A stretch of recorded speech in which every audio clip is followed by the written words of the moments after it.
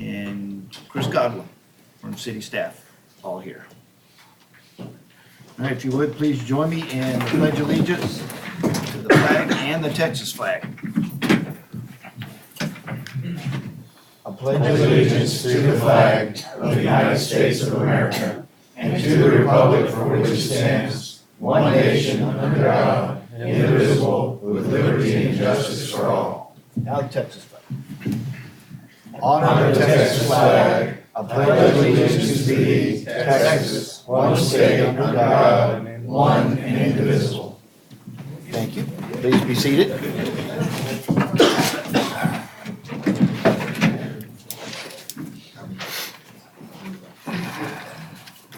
Citizen comments. In accordance with the Open Meetings Act, council is prohibited from acting or discussing other than factual responses to specific questions, any items not on the agenda. I have no one signed up to speak, but at this time, if there's anyone who would like to make a 3-minute comment, anything not on the agenda, floor is open. All right, no volunteers. All right, items of community interest. Pursuant to Texas Government Code Section 551.0415, the city council may report on any of the following items: expressions of thanks, gratitude, or condolences, information regarding holiday schedules, recognition of individuals, reminders regarding city council events, reminders regarding community events, health and safety announcements. The only announcement that I have is May 11th, Lago Fest. It's a party. Ray Wiley Hubbard, be there. Mr. Mayor, also VIP tickets are now on sale online, so you go to lagofest.com and you can purchase VIP tickets for Lago Fest if that's what you desire to do. And they are $80. $80. Is there anything we need to pass on as far as the buses? Do we know any information on those? Mayor, the buses will begin running, I believe, at 11 o'clock. 11 o'clock. And we'll have City Hall, The middle school. Middle School, and And the shopping center. the shopping center will be the overflow. Yeah. So parking A and B will be City Hall parking lot and the middle school, and then any overflow will go to the shopping center. All right. And they'll be running all night long. Yep. Mr. Mayor, Yes. we still need volunteers. If you would be willing to come out and help us with Lago Fest, you do get to park fairly close. Get to park up by the Grand Pavilion by Bar K, and you do get a T-shirt. So we can use your help. If you would consider signing up, you can go to lagofest.com, and they have a site for you to sign up. And we would love to have you.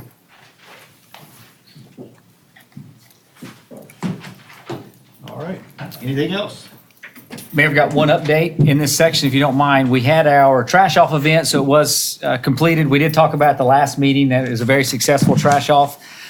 We do have our numbers back, and in terms of total people served, it looks like we had 460 customers for trash collection, 147 customers on brush collection, and 288 customers on hazardous waste collection. The notes that I have 21 total containers, 18 roll-off containers were collected during the event, and then 3 more containers were collected the following week on some follow-up that we had planned. Total, I don't have the total weight for the brush and the trash. We do have weight for the BOPAID items, 600 pounds of batteries, just mind-blowing, 325 gallons of paint. If No, that's oil. of oil, yeah, sorry, there's a bigger number for that one. 325 gallons of oil, 3,000 gallons of paint. That was the big number, sorry, killed my momentum there.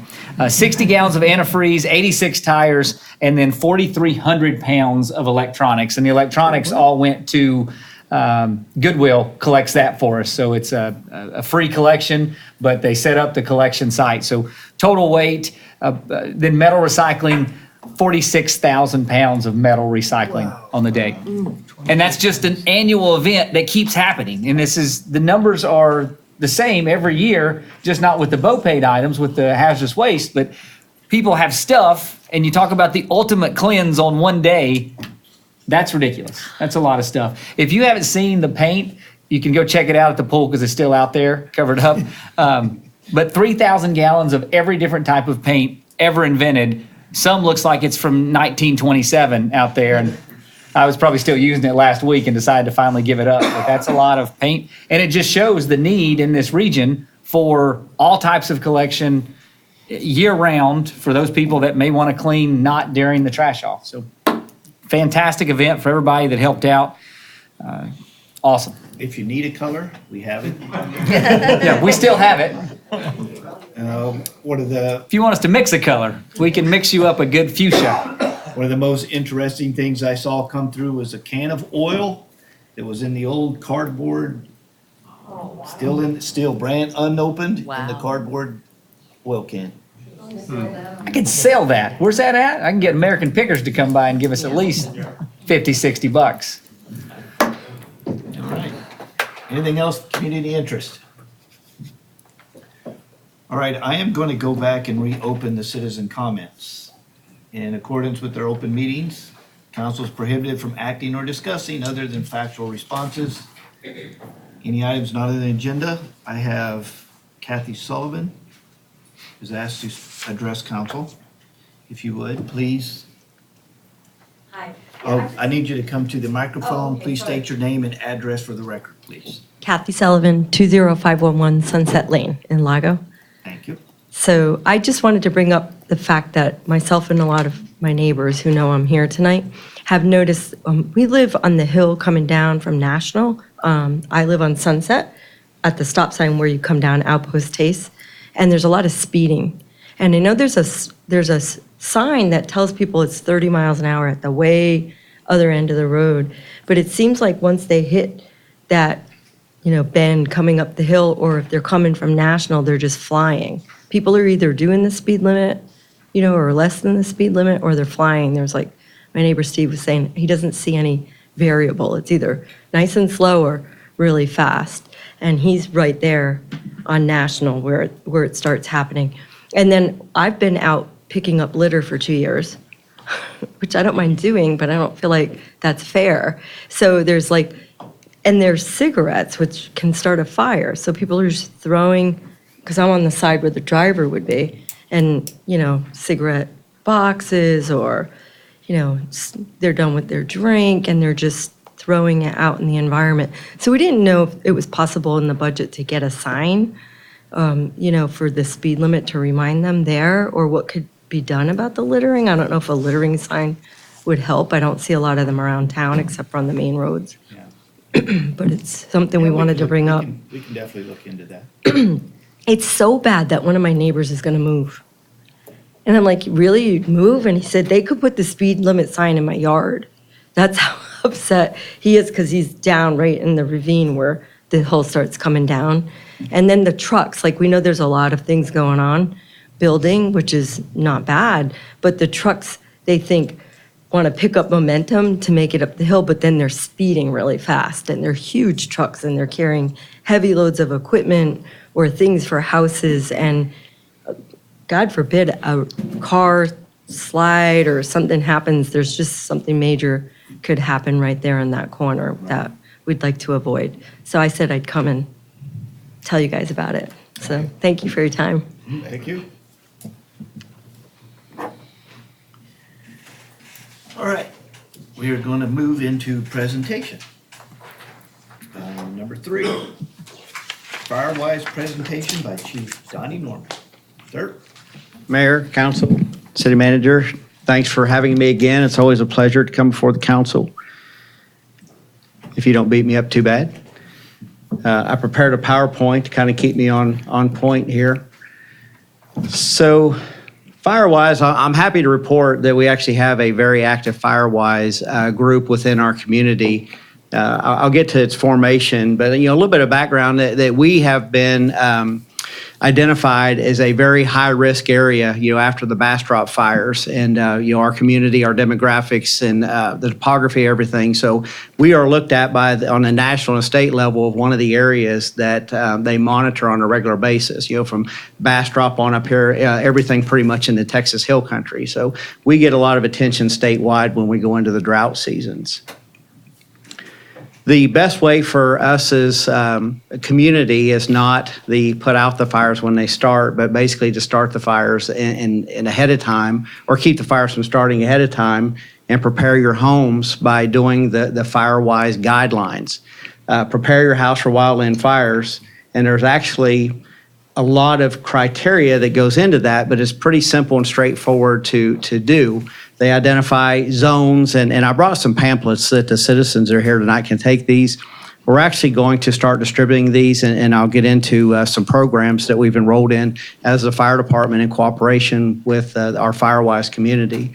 But these guidelines basically identify what a FireWise home looks like and what gives your home the best chance of being a defensible, meaning that if there is a fire approaching your house, what house we can put out versus what we don't put out. I know, Mayor, that and Don, that not so long ago we used to have red rock, green rock. So we'd deploy these wildland fires, and any home that was not defensible, we would paint a red rock and put it in front of the house, and the fire trucks would basically just pass it. And we still use that formula, but we don't use a red rock, green rock. People kind of figured out what it was, and they were moving the rocks among their neighbors. So, so it didn't take long to know that you didn't want a red rock. But the reality is, if the house is not defensible, it's as simple as that. It's not defensible.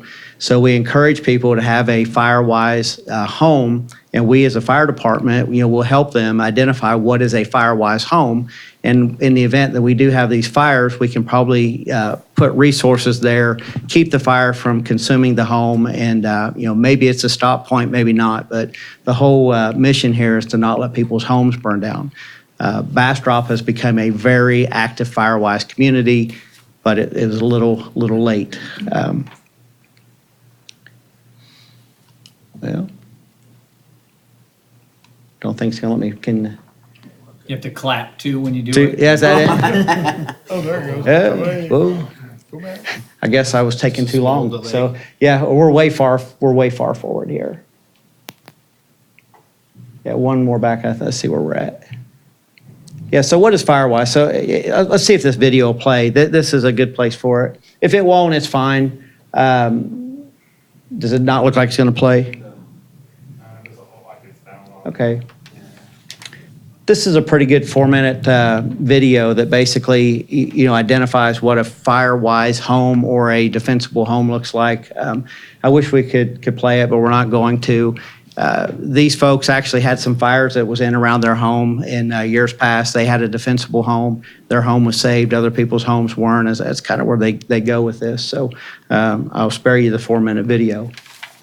A little bit of history for our community, FireWise. It started in 2011. And it was before my tenure here as the fire chief, but I think this community should be proud of the fact that this was the second community in the entire state of Texas to become FireWise recognized, only second to Borger, Texas. So that is a pretty big thing for this community to have accomplished, number 2 recognition, and it wasn't too far behind the city of Borger.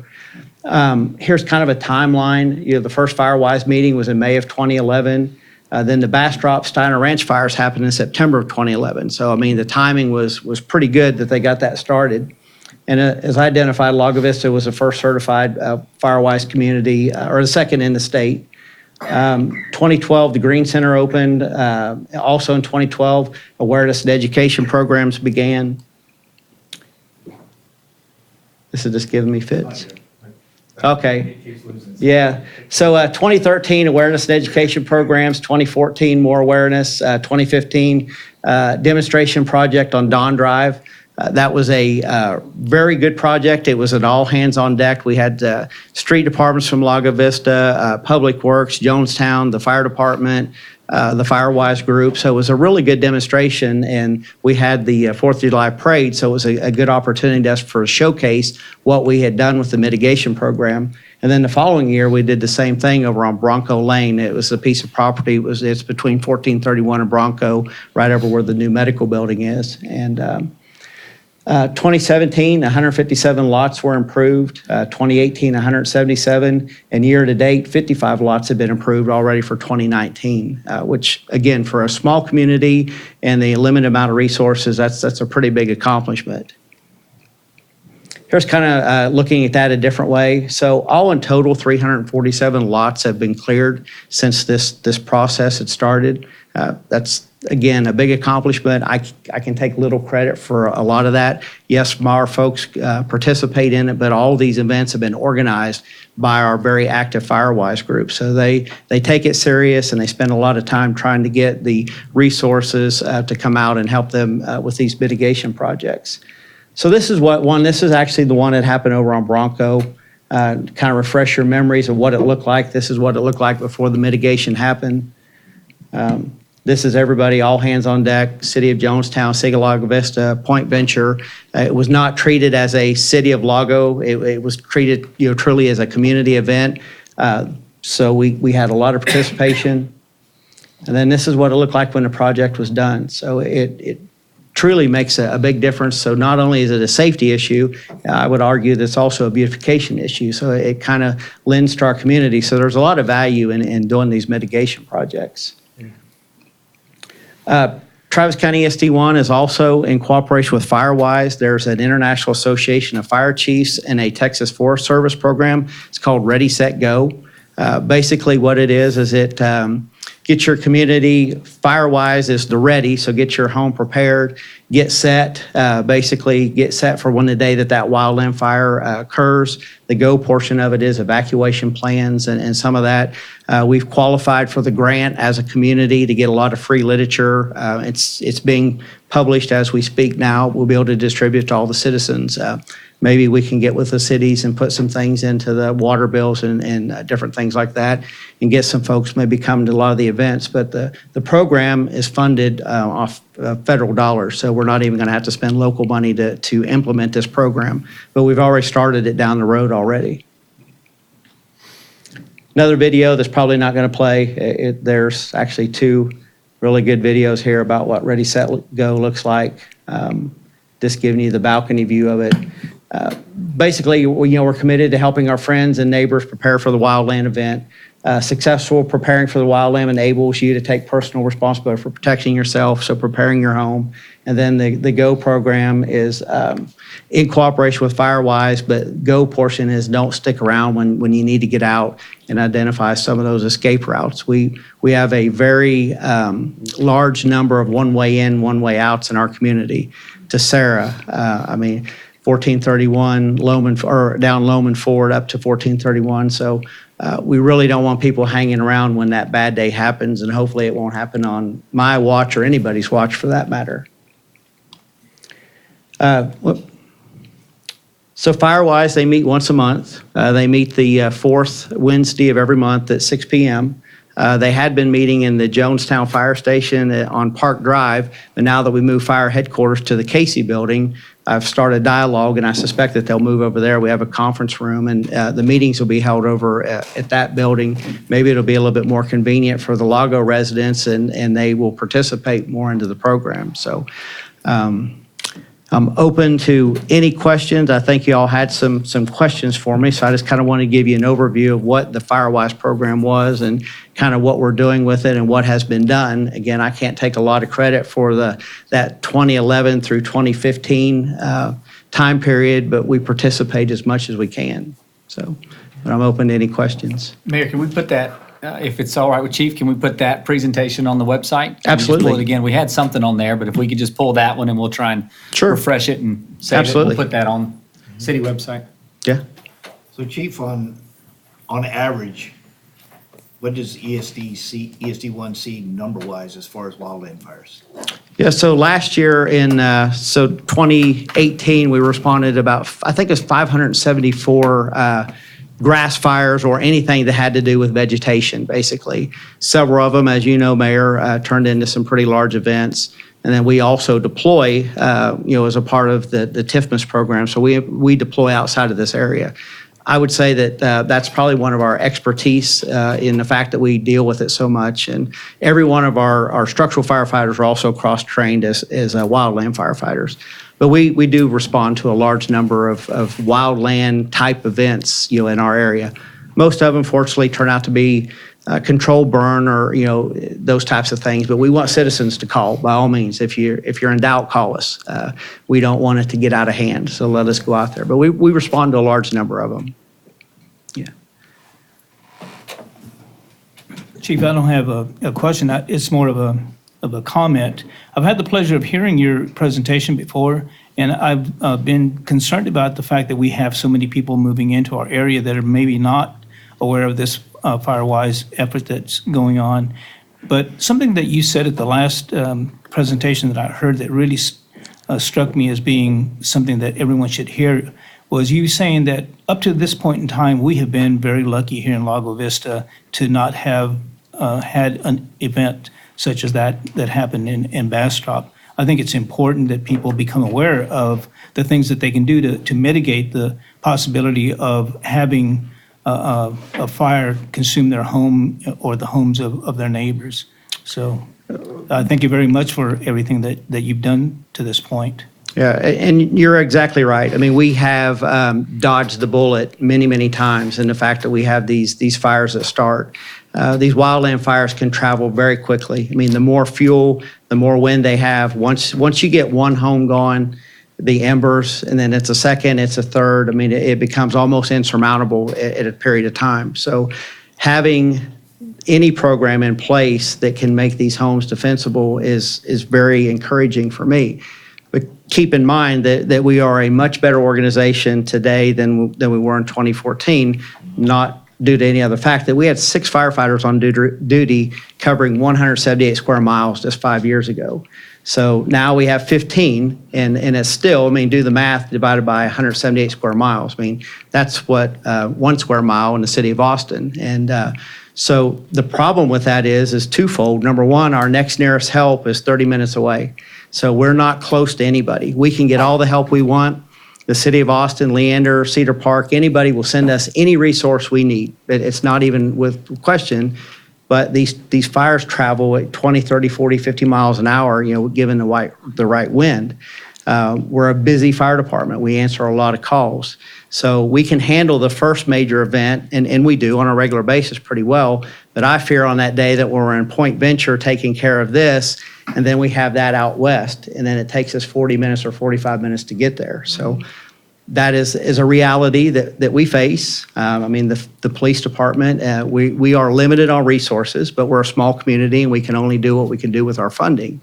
And I think that public safety wise, police, fire, and EMS, we do a good job. But one major event is taxing to us. And so the only way to make us feel better is to have burglar alarms and your homes prepared for wildland fires, and we have to mitigate the event before it happens. We can't wait till it happens and then rely on our public safety officials to be able to fix the problem.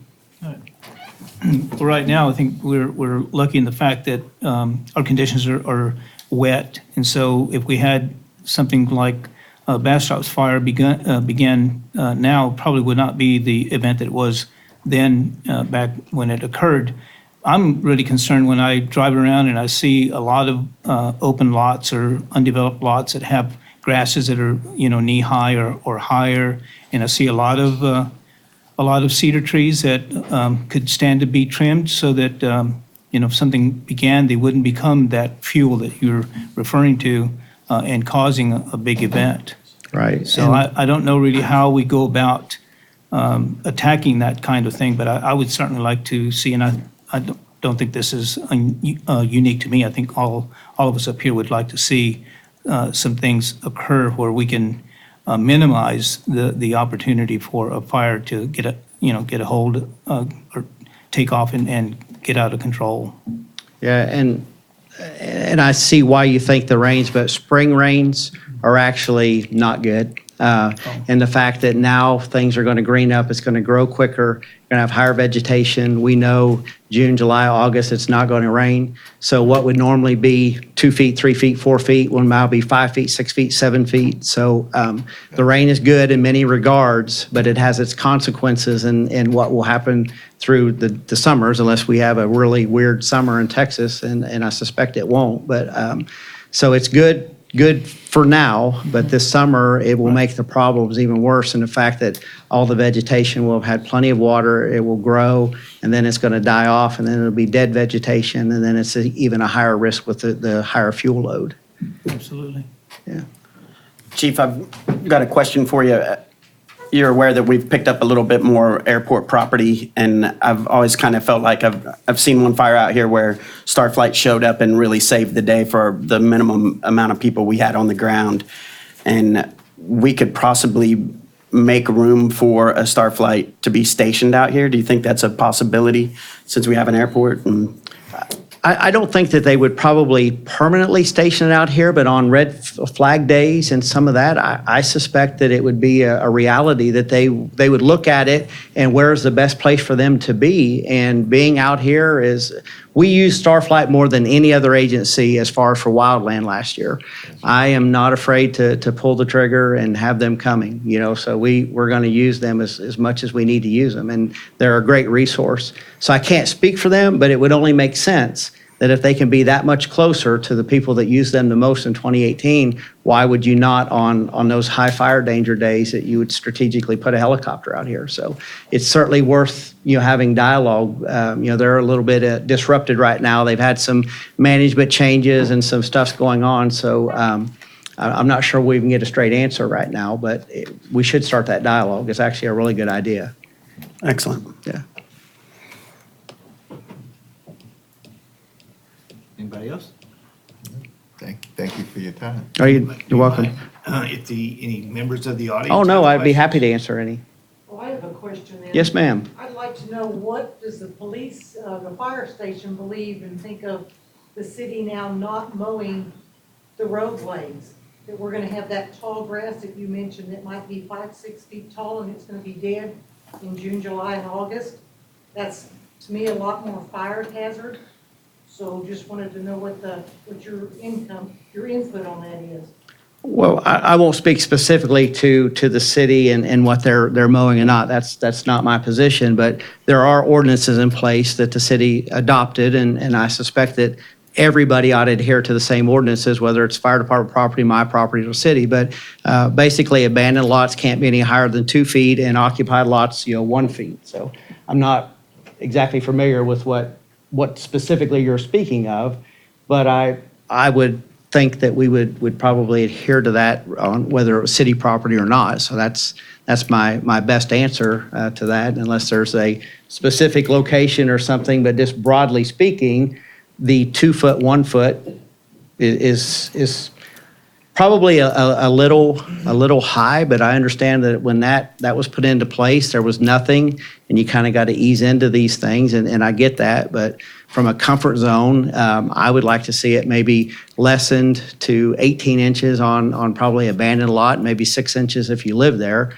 6 inches on a lot that you live and own is pretty high, I'm thinking personally. But directly speaking, the lower the grass, the less of a hazard.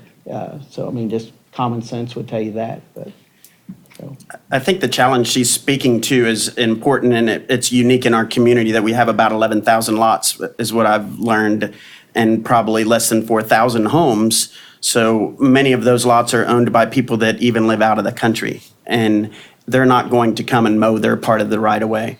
So that's the challenge we've been up against. Historically, we were really good at mowing it, and I think we've dropped the ball a little there. yeah, well, I mean, so put on the spot here, but I've never been afraid to speak my opinion. So it seems to me like that if it's an out of state or out of country or whoever it is, that wouldn't discourage us from doing what is right. But we can send letters, and there are punitive ways to make those people do it. We can mow those lots, and we can put liens against them, and we can foreclose on the lots. So are we going to sacrifice taking the easy path for public safety, Or are we going to do what's right for our citizens that live here and make these people mow the lots, or we put liens against them and foreclose on them? And we have the legal mechanism to do that. So again, I'm not sure the specific lot, but I'm not really worried about somebody that doesn't live here. I mean, I could care less, to be quite honest with you. So I'm worried about the people that live here and want to be a part of here, and not somebody that lives out of the country that has bought up lots in Lago Vista for whatever their motivation is. So my personal opinion. Is there enough flyers to send out to all those people? Like if citizens came in and helped stuff envelopes and address them and send them to all these people wherever they may be? So we have them ordered, and we can get as many as we want, and we don't have to pay for them. The federal government will pay for them. So we've just designed it because they allow you to put our logo, our phone numbers, and those types of things, on them. So they're in production as we speak. Getting them distributed is probably not going to be a problem. I cannot speak for the city, but I'm sure I would not have resistance to getting the city to help send some things out for this city.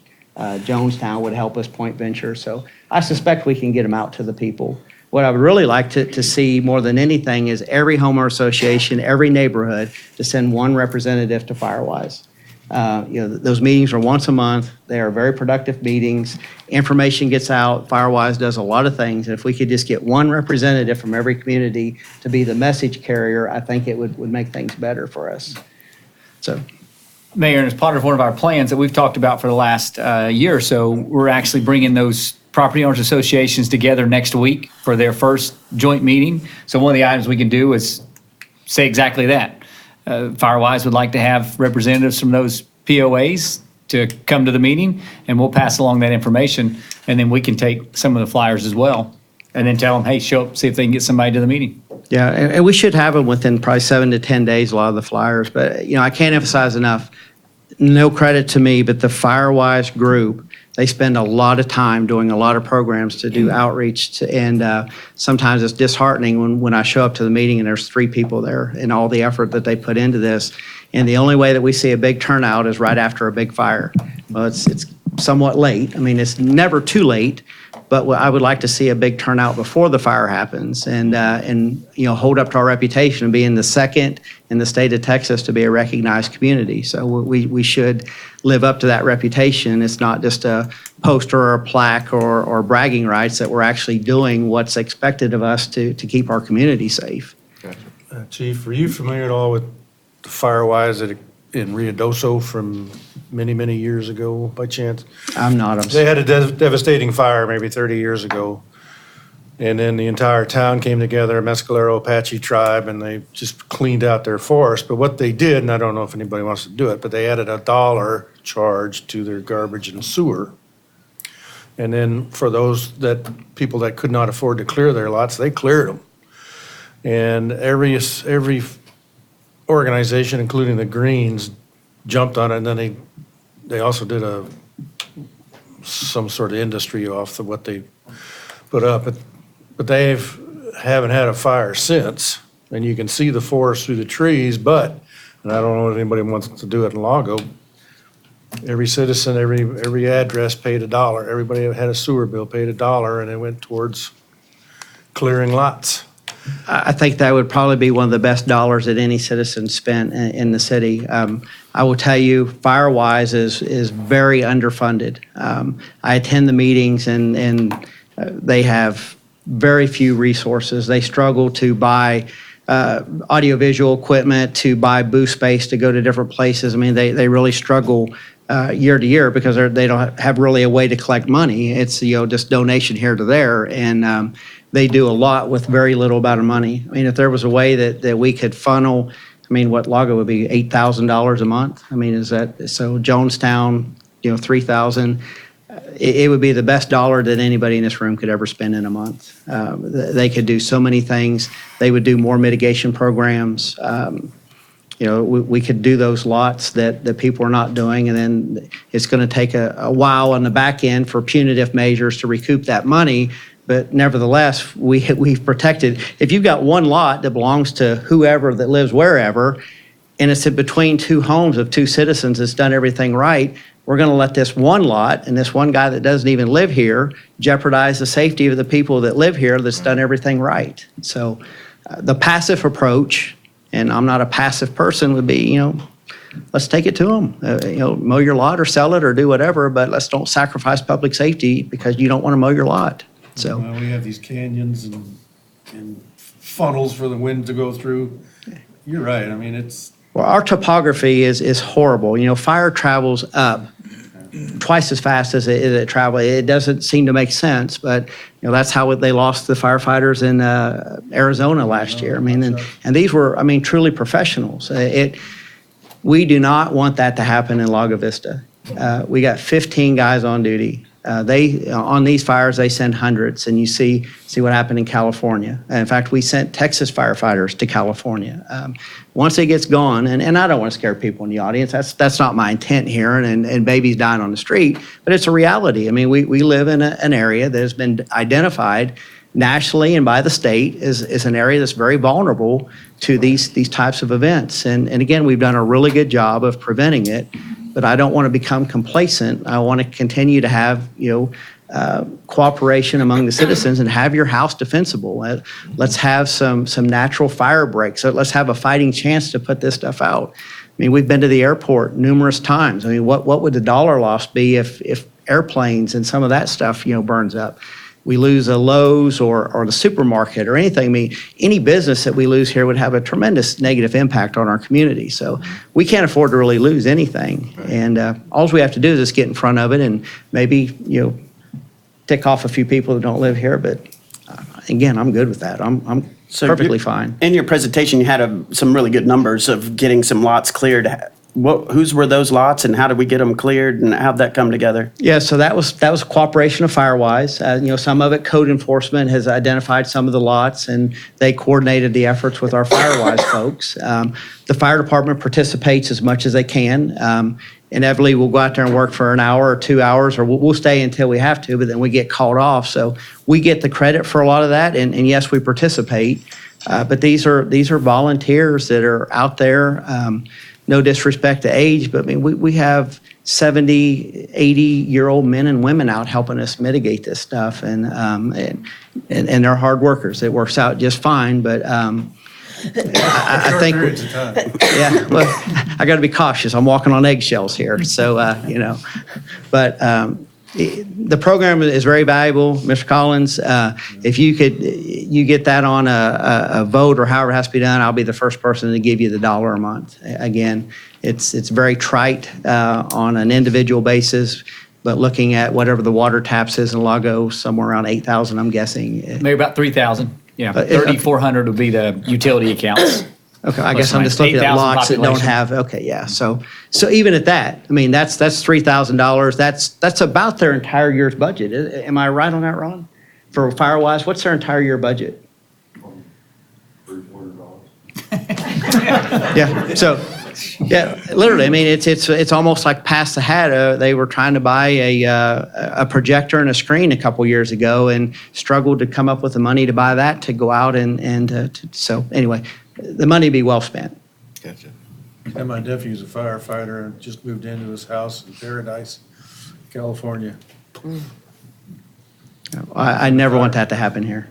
Yeah, that would be a very bad day. So, thank you for having me. Yes, ma'am. One of the other things that I found out is happening, because I bought a lot behind me, and I was talking to the people in Alabama, and I had been out on the property, and so I had cleaned their lot out without them even knowing it, because someone went back there and limbed the trees the way they were supposed to, then they just left it all around the house. So I'm behind my property saying, oh, this is like a matchstick. So I clear it all out, and I get talking with him to buy it. And I said, I cleared your lot off, by the way. He goes, I paid somebody to do that. I said, well, they cut it all down. He goes, they left it all over my lot. He didn't know. And so then recently down on the road, somebody came, and I hear they live out of the country, and somebody cut limbs and left all this stuff everywhere. So they got paid, but they're not finishing the job. So that's another problem that's going on. Yeah, and a little bit out of my wheelhouse here, but it's really not just safety. So safety is certainly what's in my wheelhouse, but let's look at it from a beautification standpoint. Then let's look at it from an economic standpoint. when you drive down the street and you see some of this stuff, it's not appealing. And we live in a beautiful community. When I came here, I mean, I was just, my wife said we're moving here, period. I was in discussion, and as you know, that was over. It didn't matter. I was moving here. So, pack up my stuff. But it's a beautiful community, and I don't think we should let from safety, yes, that's first and foremost in my mind, but just from a beautification standpoint and then economics, let's keep the economy, growing here so that we can take some of the burden off of the people that already live here and spread out the wealth and not let somebody buy a lot for $200 or $300 and not pay the taxes or mow it or do anything. So again, my political 2 cents worth there. So I think we should make people take care of their lots. Yeah. I have one question. Yes. And we have some lots where the owners are almost like they were gonna build on the lots, but so they did semi-clearing, and they just left the brush. It's been there for a long, long time. And I think that there must be some way, I talked to code enforcement, but there must be some way, right on Barcade, by the Ridgeview, and there's a lot, as you approach, going towards Barcade Clubhouse. It's just filled with piles of cut trees and brush. And it's been there for at least 2.5 years. And I mean, if a fire came through, that would be timber. There was a part of gasoline on that fire because it's also very unsightly. Well, and even I agree with you 100%, that can be, dealt with through ordinance. It can be, code, fire code. We can deal with those things. We have a lot of attention, but also, we have snakes. So there's a lot of hazards associated with that type of thing. So, and there's probably, and I'm not as familiar as the city ordinance, there's probably ordinances that's in place right now to address that. So I would offer to call, we'll just call the city code enforcement. They have a really active code enforcement division. He's on his job, so, but he's thin. It's a big city and one man. You have to identify those projects for him and they'll act on it. I know the lots transferred ownership and then the new owner picked up the responsibility but didn't do anything. So I'll get back with the question because it's a fire hazard and it's a mess right on Barcade. Yeah, like I said, call the city code enforcement. They work hand in hand with our fire marshal. I suspect it will be addressed. But again, it's one man trying to cover the whole city, so he doesn't see everything. And if if you see something, identify it, and he'll act on it. Yeah. All right. Thank you all. Thank you, I Chief. appreciate your time. Thank you very much. Did you say that? All right, we will move into public hearings, which is number 4. The Lago Vista City Council is holding a public hearing to discuss an ordinance of the City Council of the City of Lago Vista, Texas, amending Appendix A fee schedule, Article 10.000 Parks and Recreation Fees to modify 10.200 Golf Course Fees, providing a savings clause, providing a severability clause, and providing an effective date. And I'll open the public hearing at 7:14. And we will start with staff presentation. Good evening, Mayor, City Council. The proposed changes that you have in front of you tonight are just a couple of modifications to our fee schedule. The first change is updating the cart fee, reciprocation fee between the two golf courses, us and Green Deer, modifying that to $28 as opposed to the current of $14.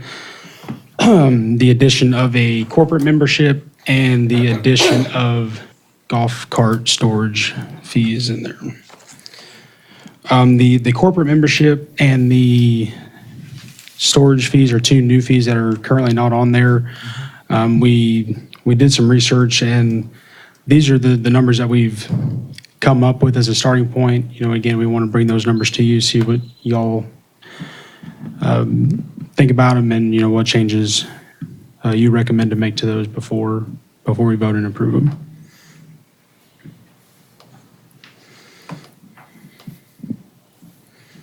What made you think of having a corporate membership? Again, it's another another revenue generating source. Anything and everything that we can do to get some revenue going is what we're doing, and that's one thing that we came up with. Chris, how many members do we have right now at the golf course? Currently 73. And did that number drop when we lost the golf course? When we sold the other golf course, did we lose some members that way? We lost a few. A lot of them have been elderly, so they're dropping them because they don't play as much. Some are moving.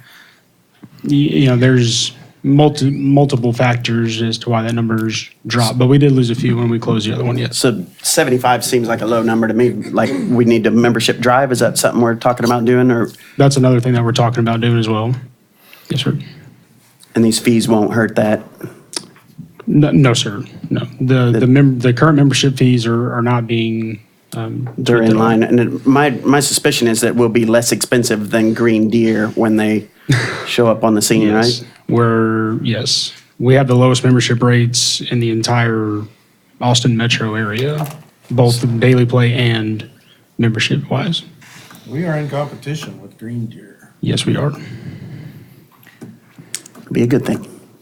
Well, I love a we challenge. have to improve the course conditions, I think, to compete with them also. So additional support as far as what's needed to do that. Mayor, one of the things we're seeing, going back to what Councilor Barthel's talking about, we saw in April one of the best months in our golf course history monetarily, and that's an amazing thing to look at April being that an awesome month.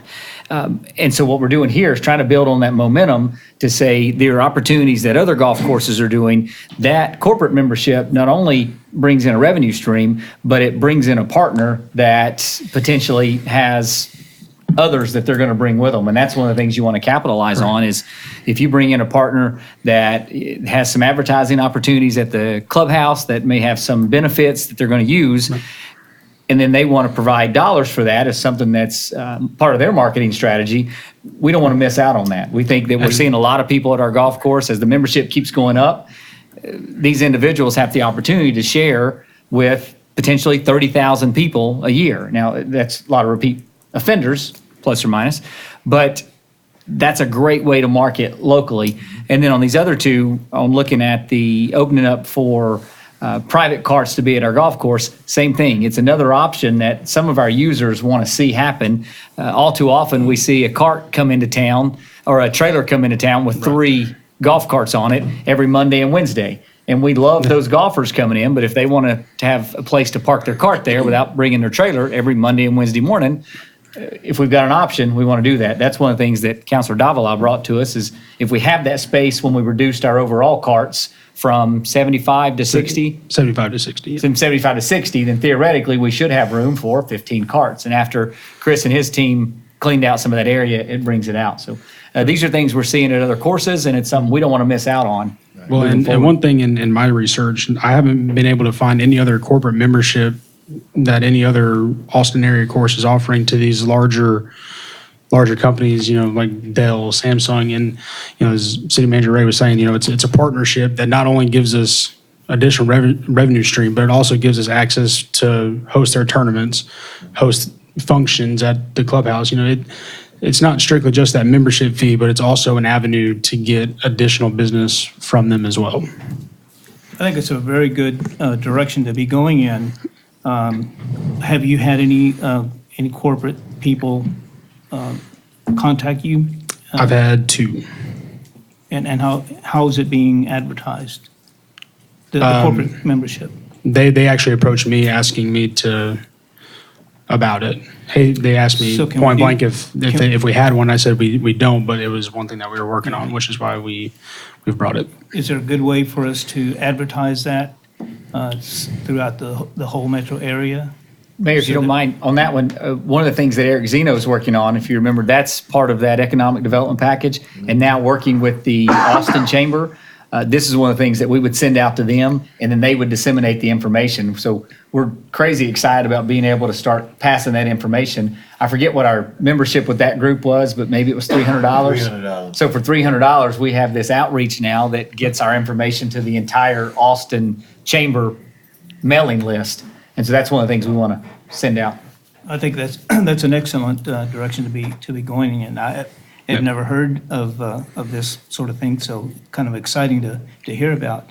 I do have a concern about the cart storage fee. I think we touched on that the other day. A little bit, yes, sir. The thing that I see is, and I mentioned this to you, Chris, but the other people around me here have not heard me talk about this. When you look at the annual fees, the membership fee, I'm looking at it just from my own standpoint because I'm an individual. I don't have a family membership. It's an individual membership. I pay $1,700 a year for that annual membership. That's because I have my own cart. However, if I had to use a club card or a city card, it would cost me $2,200. Correct. Basically $500 difference. So I'm looking at the fact that people have their own golf carts to kind of mitigate the cost of the membership. At least that's the way I approached it. So when I look at the difference between using the city's golf cart versus mine, that $500 difference to me seems to be something that would be more in line for someone who has their own golf cart, but they don't want to trailer it because they live, a fair distance away from the golf course. So to me, the $500 difference would be more in line with what we should think about offering the rental spaces for. And I think, if I'm looking at it from your standpoint, I would think, well, there is the possibility that people will have electric carts stored there, and it does take some electricity to keep the batteries charged, and so there would probably be a little bit of expense there for the city. So those are the people that I think would be perfectly willing to pay $500 extra to have their cart there so they don't have to trailer it and they can just drive to the course, jump in and take off. However, there are people that have gas carts that would not require electricity to charge. So I would think that those people would possibly be interested in something like the storage fee if it was less than that, than the $500. Because the way I look at it is we have 15 spaces that are not being used. There's no money coming in at all right now. So if we can get 15 different people to store their carts there and pay something, we're money ahead if we do that. But I think the fees have to be more in line with that differential between city cart, private cart. Correct. And, the $100 a month that we're proposing is really a starting point. In my research, I've seen $40 a month. I've seen $100 a month, and everything in between. So it's really kind of it's a starting point to, again, get some feedback and see what adjustments we need to make to it.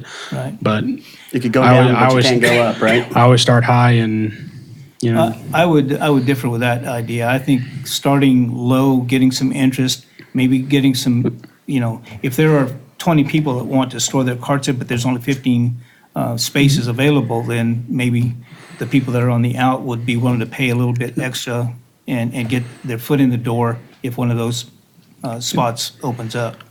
So Yeah, I think and- you can go up much easier than we think. correct. Always, it's an experiment that you can always adjust a year from now. If you get a great demand, then you can start to creep up. I just don't know what the cost of, it's a big number. If you're borrowing a cart or you own a cart, that's $1,200 a year in addition. Yep. That's steep. That was my point. Yeah.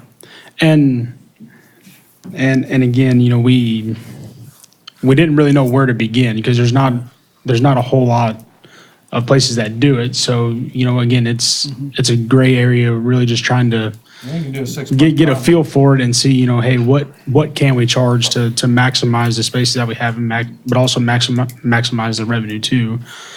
And Right, so if we have 15 spaces and we get $500 a year, that's $7,500 more. You can always a do a year, 6 month so- contract too, and if there's a great demand, 6 months it goes up. That's definitely something we can do.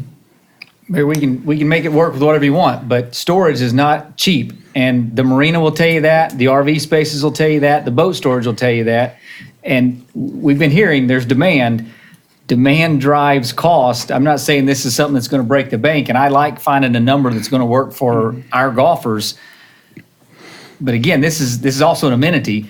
We take on that responsibility when they park on our property, that although they'll have some coverage of their own, we have a liability there with their carts. So I think there's some other things we need to factor in instead of just saying we can give it to them for $50 a month or $20 a month. If there's a demand, I like the 6-month option, but we don't just drive it down just to give that space away. If we can find uses for that property, if we're feeling that space is just sitting there complacent, I mean, we can build something that's needed for the golf course or put some more equipment on the inside. You just don't want to give away space. You could put out there on the Cause. monthly newsletters or postings that there is cart space available, but don't put a price. And then when they come in, you can tell them it's 100 and see what happens. We just ask them what they want to pay and see. No, if you just put on there that cart space is available. Right. And you start getting phone calls, that'll give you an idea of just how much interest there is. Right. And if they're not biting at 100, then, you take a phone number, call them back in 30 days and go, well, here's something, here's an offer I can give you. We don't, all of this is just it's a guess. We don't know. Right. It's an educated guess, but. And what we're hoping for, Mayor, with this first hearing is that some of us will be able to go out there, and if there's individuals that want to make a comment, maybe there's 12 people out here right now that are ready to rent a space, and they're going to talk and tell us what that number is. I'm going to guess that there's not 12 out here, unless that's what Larry came to speak for, was 12 other people. But if not, I'm hoping people make their opinion known, because our recommendation as staff is, here's a $100 fee. If you want to rent a space, by the next meeting, you should show up and tell us so that council makes a decision based on the demand. Let me offer one more argument to that. I think if I had $1,200 to spend for a year to get my cart on the golf course, I would go out and buy a $1,200 trailer and buy it one time. So that makes me think that $1,200 a year is a bit excessive. Chris, sorry. Chris, I have one question. Do we have any idea how much the electricity for a cart would cost over a month's period? I would have to. No. I mean, my own because the city did have electric carts several years ago, so you can go back and look at how much higher your electric bill was now versus what it is, and divide it out by 75, and that would probably get you pretty close. You have to look at the different rates, though. We would That charge was for true. gas. If we filled them up, we'd charge them for Yeah, gas. and there would be other services that we would offer along with it. Okay, well, if there's value added to the 100, then. Right. Well, my thinking is basically what you're buying with your $100 is convenience. Correct. And It's a service. to have the cart right there, not to have to put it on the trailer, take it off the trailer. I can tell you from having done that, that's a lot of hassle. To have it where it can be charged, ready to go, or where I could possibly purchase gas in order to fill up the tank without having to grab my gas can and run up to the gas station to fill it. Someplace where at some point we might look at providing services such as changing oil or air filters would be something that we possibly could look at in the future. I'm thinking that if somebody wants that convenience, that there should be a price for it.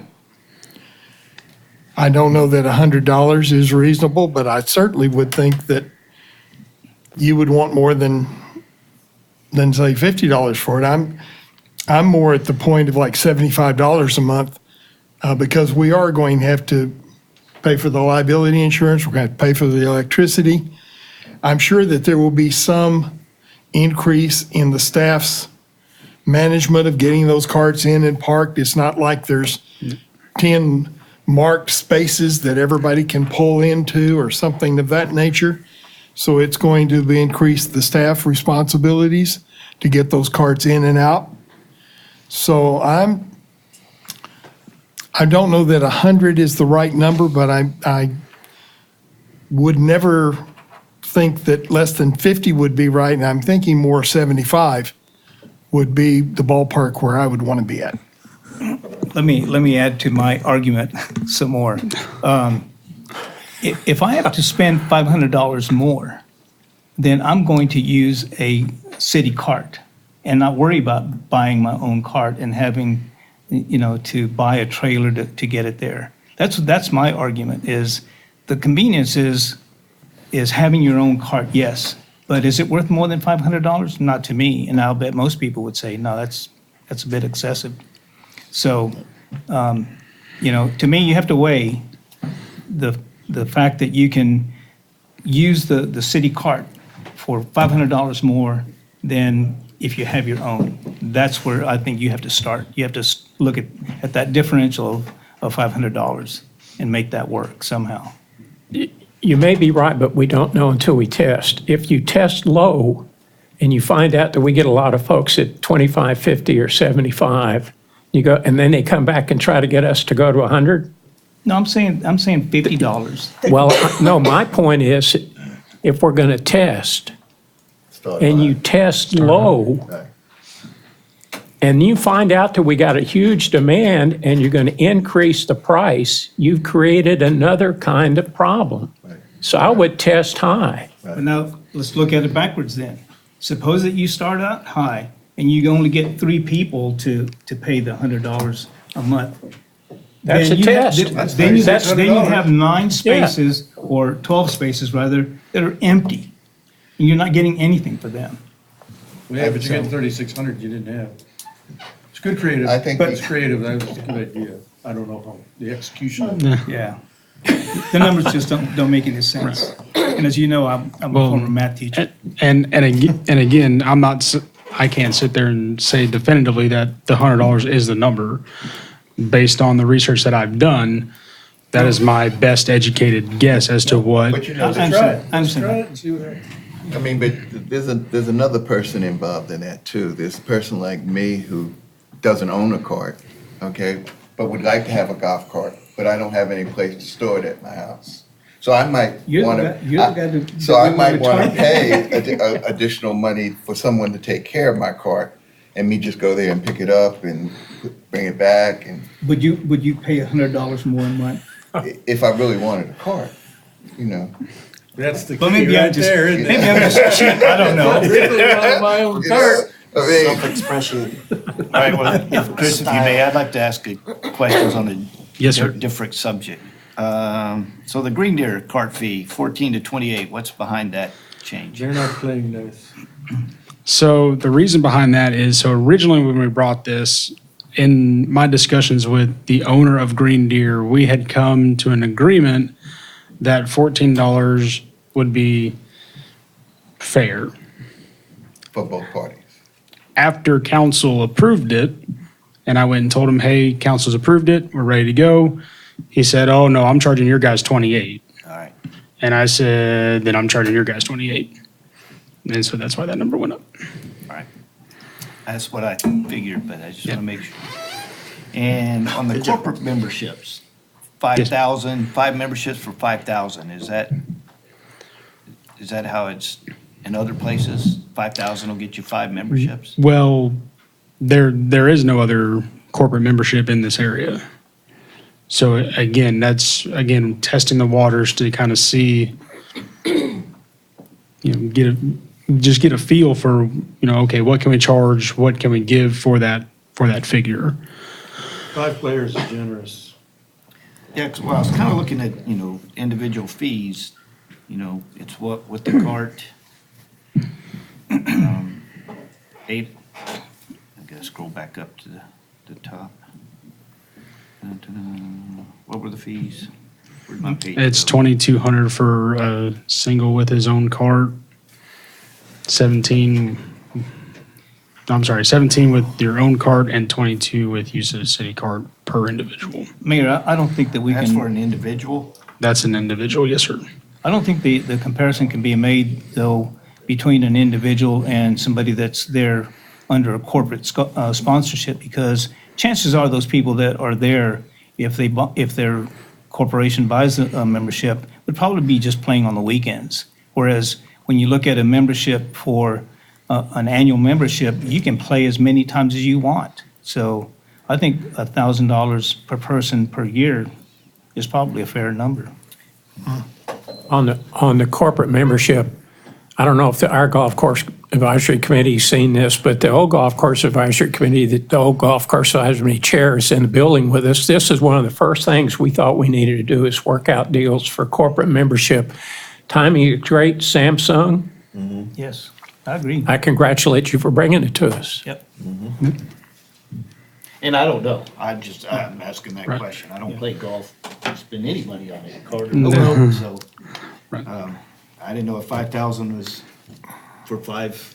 Well, and like Councilor Dava said, most of those people are only going to play on the weekends because they work Monday through Friday. Right. So you would think $1,000 for 100 rounds of golf. I mean, Probably 100 would probably more rounds Be- than they could play. That would be, If yeah. they're working people that work at a So- corporation, maybe if they played one time every week, a Saturday or a Sunday, you're talking about 50 times, 50 times a year. Right.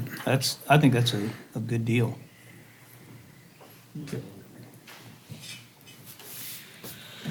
All right, are we, point, we're good with council questions?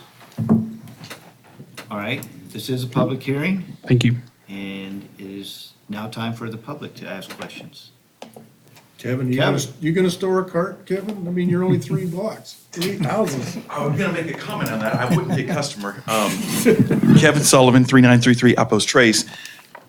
I have to admit, I agree with Councilor Davila. I think $1,200 is an awful lot. I don't think you get many customers on that.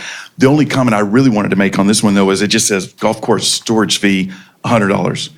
I would highly advise you to say it's a month, it's a year, it's a week, or whatever it is. Don't just say $100. I think it needs to be specific. Mine says for a monthly fee of $100. I'm looking at the packet I downloaded online, and it just says golf course storage fee, $100. So if it's specific, then You're talking about the I'll- ordinance, yes, sir. I'll be quiet. Yeah, I am looking at the ordinance. Yeah, you're right.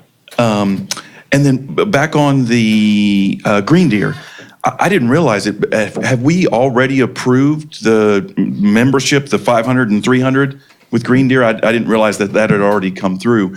I talked with Josh the other day asking, do we have a reciprocal agreement? And I kind of got the impression that no, we don't. Not yet, or it's not signed. I guess all I would say is I would highly advise us that if we're going to put these things in place, let's have a reciprocal agreement and know that it's fair. And quite frankly, the reciprocal agreement should be in the packet, and we all should get a chance to see that so we can make sure that what we're giving them is what we're getting in return.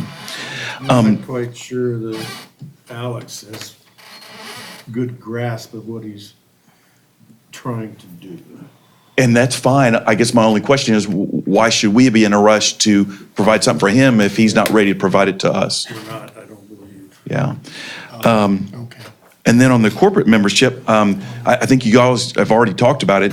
If you do a single membership, it's $2,200 times 5. That's $11,000. I get what you're talking about. The Samsungs and Dells of the world. Maybe they won't play that much. Quite frankly, I think those guys are playing at Twin Creeks and other places instead of here. But whatever. But take a look at a local. Jacob Lance. He plays golf. He's got a bunch of his people who play golf. They could get a corporate membership and get 5 people playing, and they might play all the time because they all live here. And so I guess what I would suggest is that you may want to put either change the terms to where you don't allow that to happen, or you put it in there very specific as far as the number of rounds they get for that price, so that that we're not getting taken advantage of. Just be a little bit more specific. If you want to guide this towards the Dells and the Samsungs of the world, then let's let's put the verbiage in there that really makes it that way. If we want to broadcast it and do anyone, even where Jacob Lance, for example, could do one, then we have to be aware of the fact that they might have 5 people that play, 3 or 4 times a week. And they would be getting the screaming deal if that were the case. That's all I had. Thank you very much for your time, guys. Appreciate it. Thank you.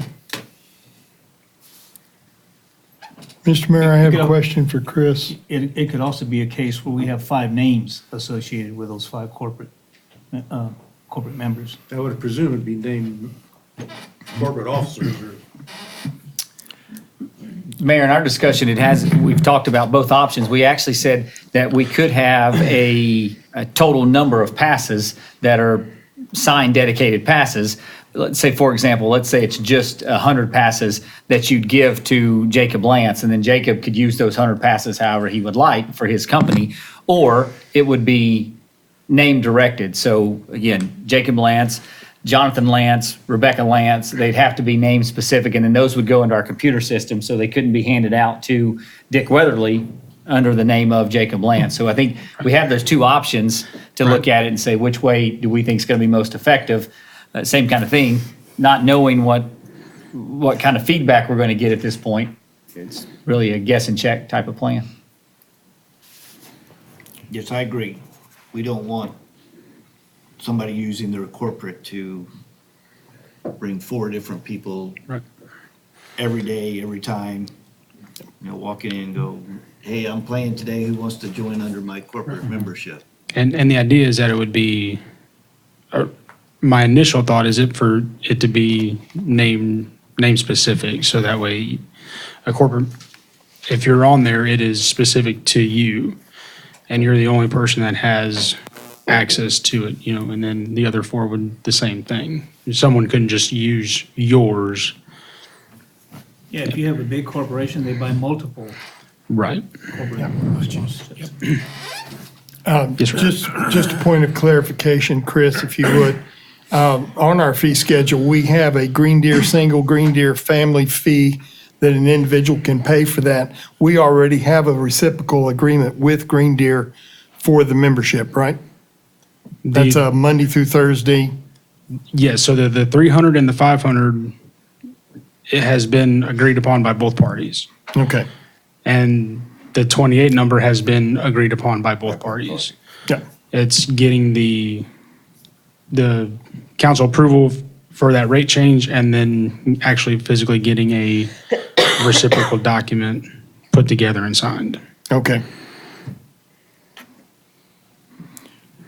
That's it. Thank you. Yes, sir.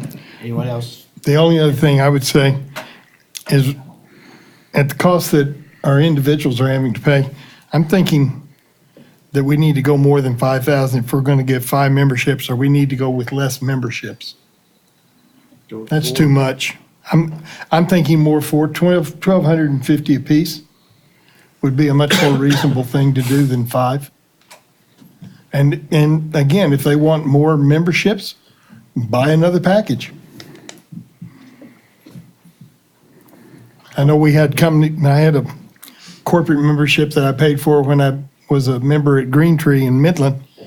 And corporate membership there was for 4 individuals. It was $10,000.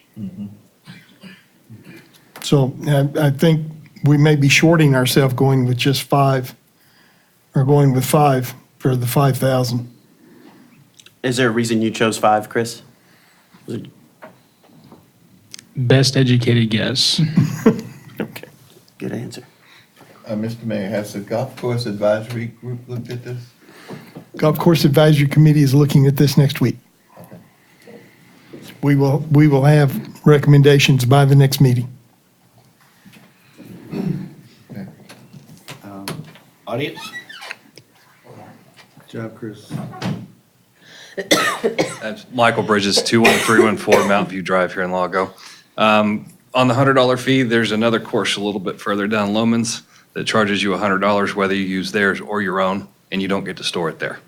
I happen to pay that because of the youth programs down there. I'm down there all the time.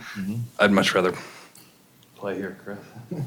Need some more youth programs before they get to school. Appreciate the partnership with the school district. I don't think it's out of line for the convenience of some people. a lot of folks that don't have a big enough car for a trailer. There's a lot of reasons why folks might pay a little more. They may not even live in Lago, but like to play Lago. And I think that was all I had to say. But I think the $100 more in line than you might think. So, okay.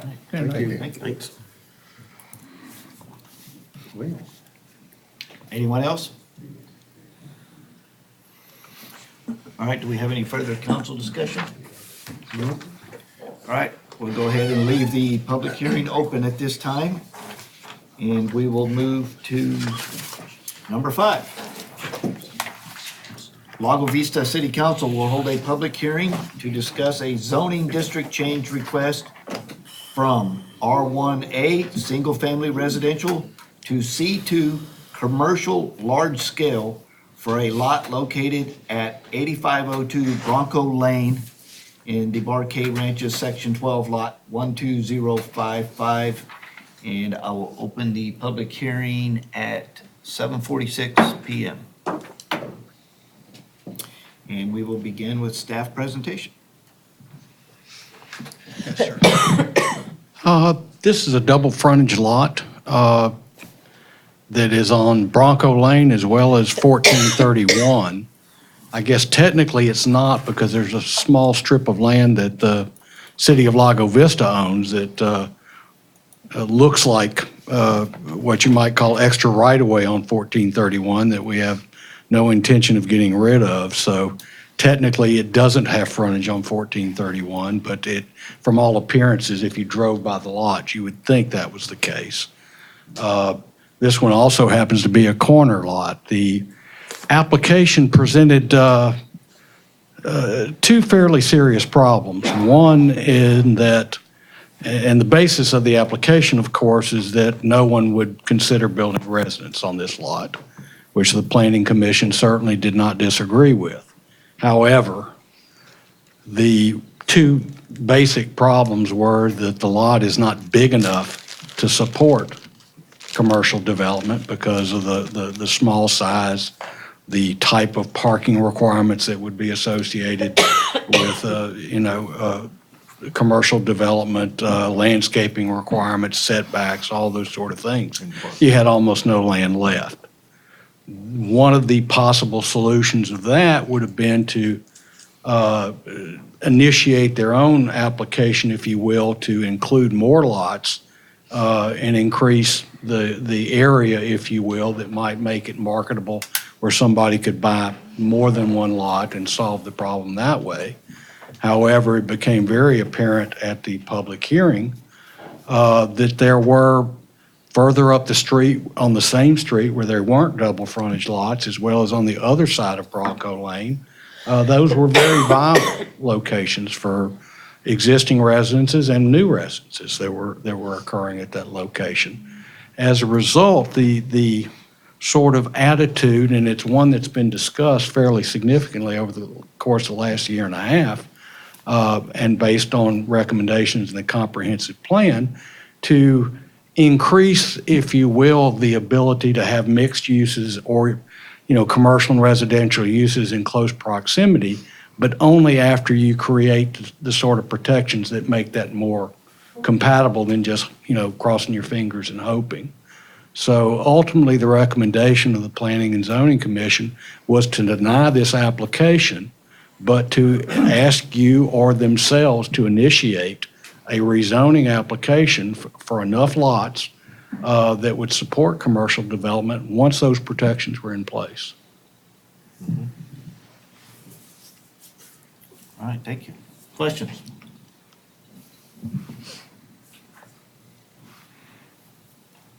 The recommendation of the P&Z was unanimous? Yes. Thank you.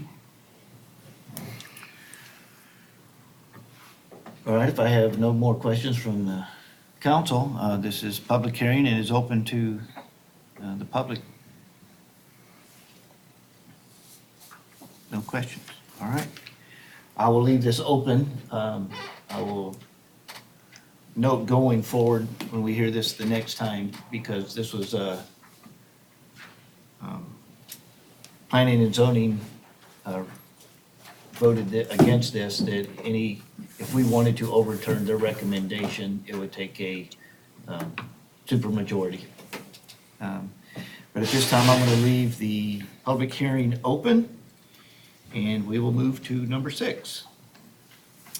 Lago Vista City Council is holding a public hearing to discuss a conditional use permit application pursuant to Section 17 of Chapter 14 of the Lago Vista Code of Ordinances to allow for the addition of a carport for a residence that already includes a garage at 3902 Lake Park Cove, Highland Lake Estate, Section 23, Lot 23076.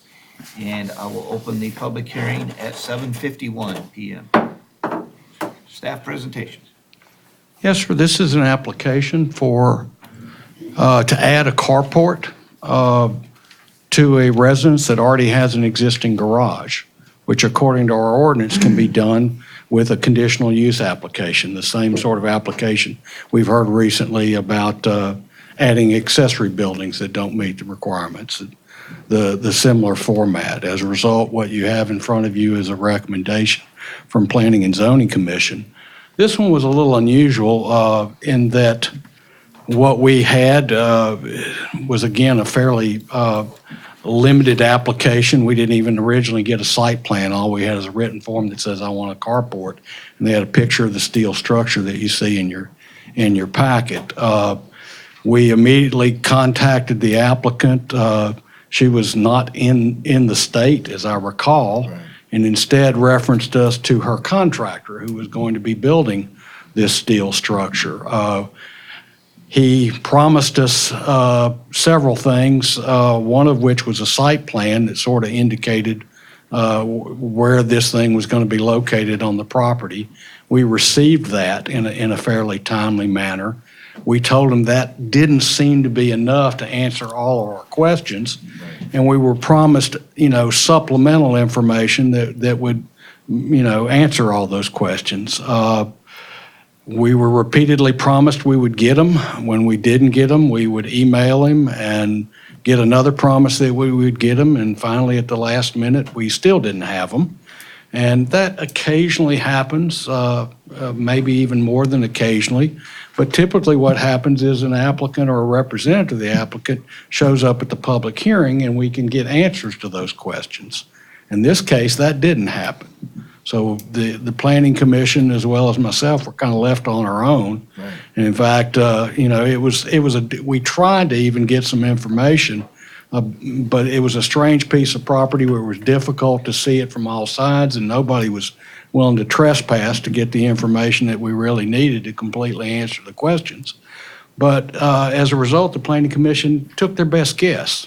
Mm-hmm. And based on the discussion and everything we could surmise, based on where future gates might be added to the fence and all these other things, there was a serious concern that what instead was going to happen was that this carport was going to take the place of the garage rather than supplement additional protected parking.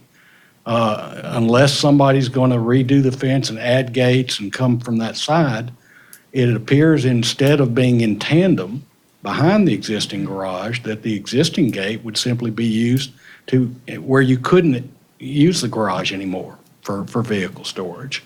And as a result, the impression was if that is the case, then this does not meet the intent of the ordinance, and therefore you got a unanimous recommendation for a denial. All right.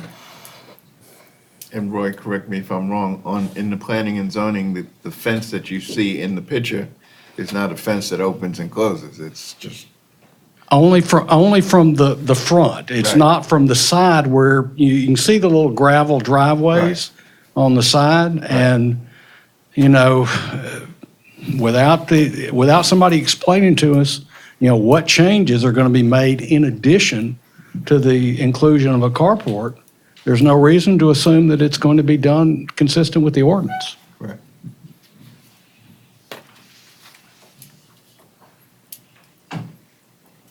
Additional questions? All right, this is also a public hearing, so it's open to the public for questions. All right, I will leave this one open as well. And we will move forward to number 7.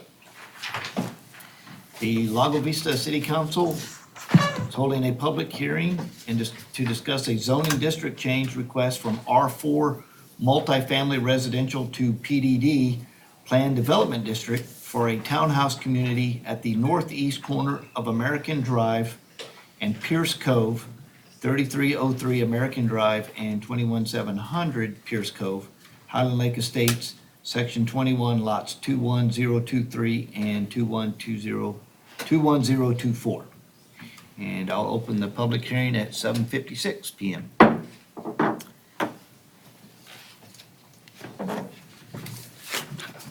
Yes, sir. Third unusual situation. This is a piece of property that a gentleman is trying to develop as what he refers to, and it's a fairly apt description, as a townhouse community. He had originally decided that because there is no specific townhouse friendly ordinance, that the proper way to do this was with a PDD. And of course, we explained to him on a number of occasions before his application was filed what the requirements and the expectations of a PDD were. Unfortunately, here, like one of the previous ones, what we got when the application was filed was fairly inadequate. In fact, it's not even what you had in your packet. We got that 2 weeks later, actually. And we were constantly, explaining that this was not adequate. By the time we got what we saw and made our comments about what we saw, the applicant realized that he had some more work to do. So his request was to defer the application. However, what the Planning and Zoning Commission realized was that nothing that they saw, either in the application, the narrative, or anything else, in their mind, justified a PDD, which requires something to the community's benefit, if you will. Their impression is that the only relief he might be entitled to could simply be granted by the development of the project under the R4 development standards, and a simple setback if in fact one was warranted, and he should go to the Board of Adjustment for that. Now, having said that, they did recognize that a different application that might in fact warrant it be ultimately presented to them. But, he originally asked for a 1 month deferral. The application deadline for that next month is long past. We still don't have anything to look at. So, since then, I have written an email to the applicant explaining not just what the Planning Commission said, but my own advice or input, if you will, on how he might develop the things we've talked about in meetings, but yet still haven't seen, a formal written application or concept plan of any sort yet. It is entirely possible that he will in fact submit an application for an R4 development and abandon this approach. It's also possible that he will, send an application that you guys might want to remand back to the Planning and Zoning Commission or require him to file a new application. The Planning Commission was well aware of all those possibilities, yet nonetheless, their unanimous recommendation was to deny this one and let those other alternate approaches occur if and when they were timely.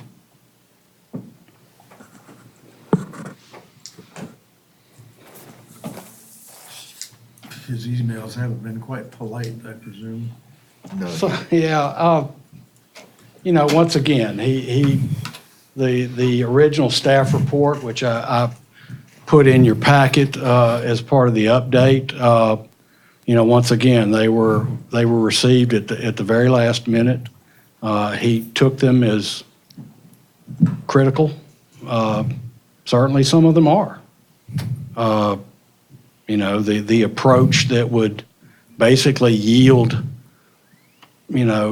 continuous driveways across American Drive if that is critical. That's not a very good approach. And it came up in the planning commission, I'll repeat this comment. If they were to approve a concept plan that included that, the staff wouldn't permit it anyway. Right. That's a huge safety hazard. Got a question for staff on an alternative approach different from the one P&Z suggested. And I know you've seen a bunch of, I assume the front setback, the issue is 25 feet. Yeah, and then we haven't. he wants right. to park in the rear, but you can't see that, so he's got to work on his site plan to get that, among other things. You've seen a lot of less than 25-foot front setbacks. It's a design issue. Right. Which I think's a PDD rather than a variance, because you have to prove up hardship for the variance. It's a totally different kind of approach. So you have the zoning district, what's the hardship with a 25-foot setback? I just don't want to do it. I think it's possible, and you've seen them, that he could design his PDD to be safe, the corner setbacks, where's house he going to park? And that might work. It might. So I think, okay. But, and let me add this, once again, without seeing anything. Right. It's a narrow piece of property with a big Highland Lakes watershed issue in terms of being able to affordably and adequately take care of that because of the lack of land. It might prove that he does have a hardship, but without, For a front setback? for lack of land for the take care of the drainage. You follow me? No. I rest my case. Just throwing that And out. once again, it's imaginary. You have to see it and prove it. Well, no, that's, okay, but that's the issue, why PDD might work. It might. Because you have to show, he would have to bring forward a design that works, as opposed Right. to having to prove up hardship. And they were told, that it's very possible that he will develop, and we still don't know what approach he's going to take. We had a meeting with his architect. Once again, we still haven't seen a line drawn.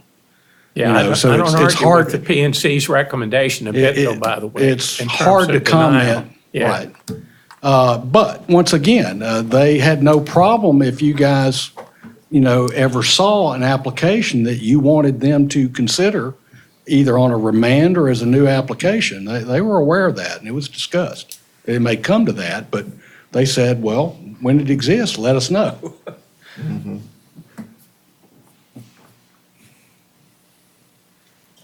Right, so all the questions from council? Yeah. All right, this is also a public hearing, so if anybody in the audience would like to address the issue. All right, I will also leave this one open, and we will move to number 8.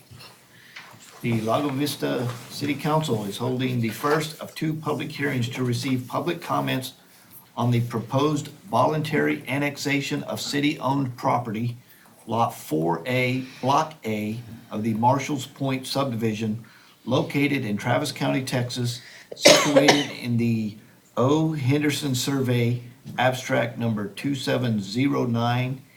And I will open the public hearing at 8:04 PM. Staff presentation. Mayor, this item comes before council after the request that the city annex the piece of property located 18001 Marshalls Point. The property has been advertised, the public hearing has been advertised in the Austin American Statesman, and as you already read, it is the first of 2 public hearings.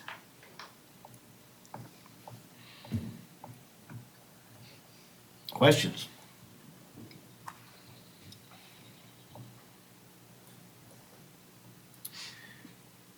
All right, just for the audience, this is the property known as former Mr. Otwell's house.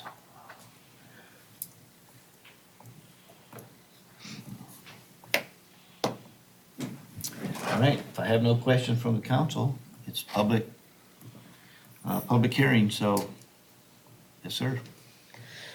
Thank you, Mayor. Kevin Sullivan, 3933 Outpost Trace. A couple questions. Did we advertise this to the people that I think there's a bid process open right now for the house. Are they all aware that that's potentially going to be, okay, great. And then my follow-up question is if we annex it, we then are required within 3 years to provide water, sewer, police, that kind of thing. Do we have a plan for that? We're required to make it available.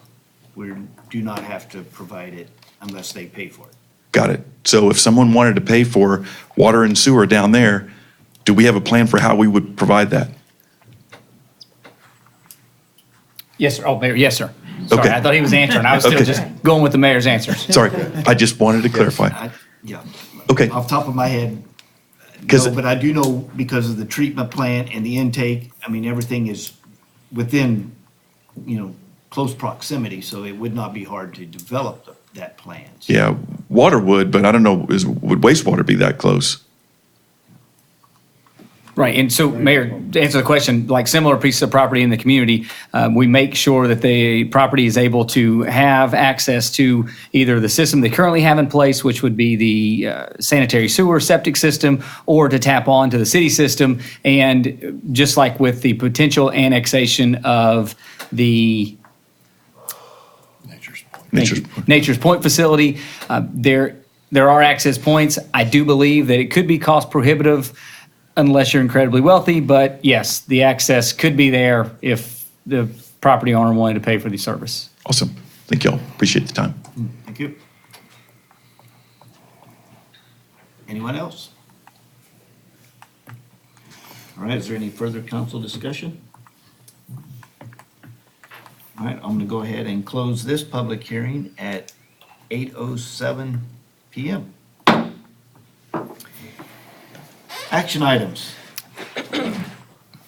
Number 9, discussion and possible action on resolution number 19-1799, a resolution by the City Council of the City of Lago Vista, Texas, authorizing the City of Lago Vista to enter into an interlocal agreement with Vigilant Solutions and the Texas Department of Motor Vehicles to provide warrant redemption services utilizing vehicle registration holds. Mayor, this item was presented to council at the last meeting, so this would be the second hearing for this item. Just to note, as we start on this item, you did have a handout at your seat before the council meeting. This provides 3 questions and answers to questions that had come up at the last meeting. These answers were developed after talking to other court systems that utilize collections and from talking to the Vigilant Solutions. At the last meeting, council had requested that we contact the constable's office.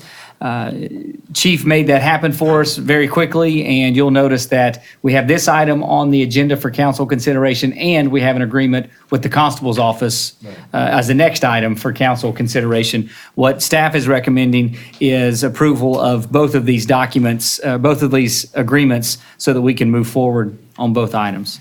One of the questions, Mayor, that was asked last time, my apologies, was if Vigilant Solutions has a 30% fee that goes along with their collection, thank you, sir, then would the city pay that, or would that be charged back to the defendant? And just like with the constable's office, this item goes back to the defendant. Thank you.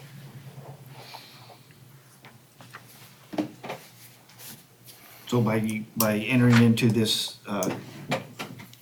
agreement, there is no actual cost on our side for the services. It all comes off the 30% they add to the.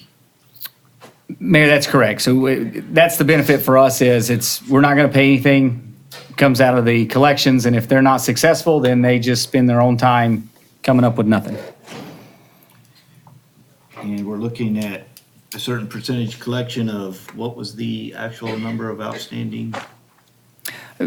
There's 2 numbers. The one number says potentially 590,000. The second number was approximately 140,000. So the 140,000 goes back to the KPS Pro fines.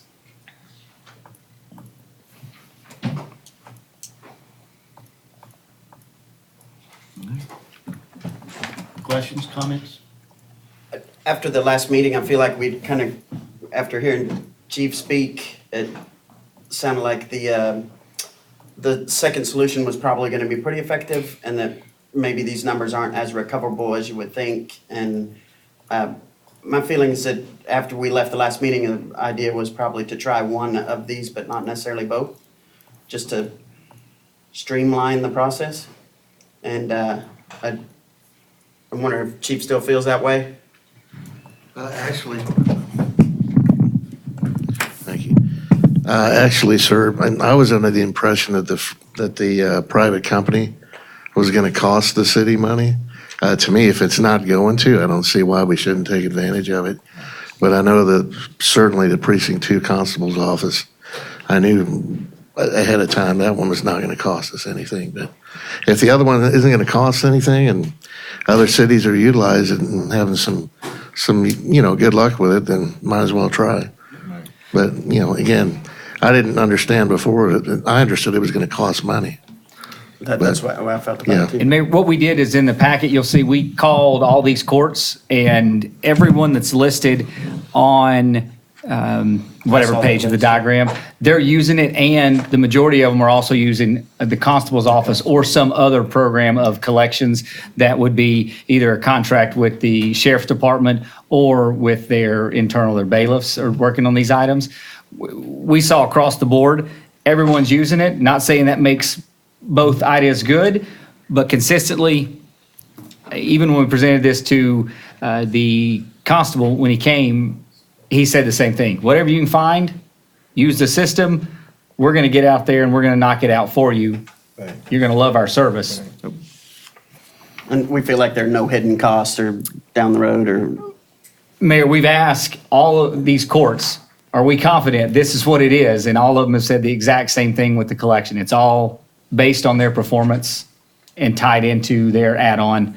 Like I said, very similar to the constables, except constable's a flat fee, this one's a percentage.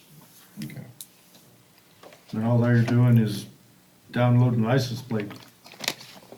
They don't call or... Mayor, they send the letter, and that's pretty much what they do, and then they get a hold on them. So I think that's the majority. I know that one of the questions we asked was about calls and if that was going to be part of the process, and we got the answer back, no, they don't do that. I was kind of actually happy about that. While we've been sitting here, I've had 6 random calls from people I definitely don't know. So we don't want to do that to the rest of our people. But the constable's office, on the other hand, they'll do whatever they can to track people down. Don't they already... This is the only way to do a license plate hold is through these guys? Does the constable do it? Wouldn't there be other reporting agencies that we give it to the state so the state won't license them, period?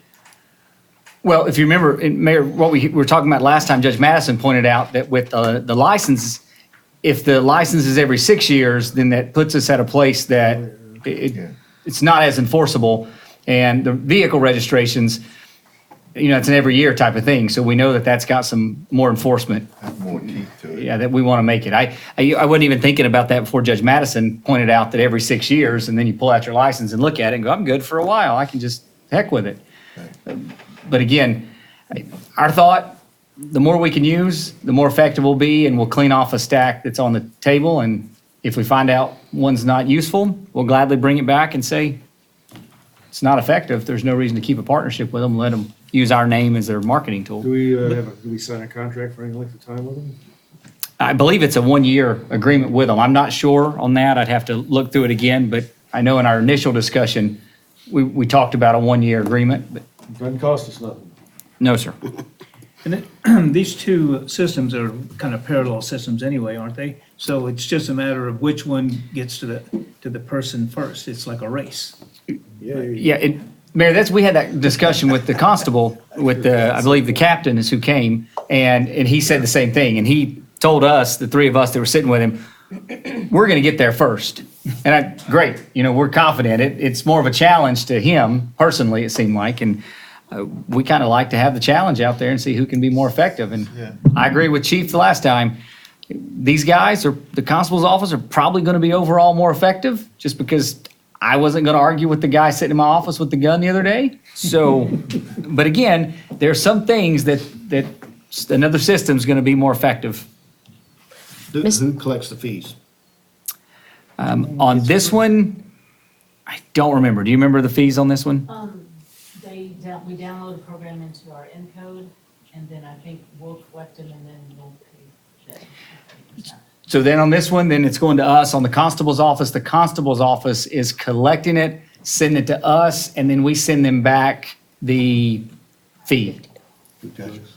Sorry, I got those two confused, but And then, okay, so if a guy gets hung up on his plate, he has to go through either constable or vigilante service. He can't call us and say, hey, let me give you $200 on this $300 deal and let me out of it. Yeah, he could still do that.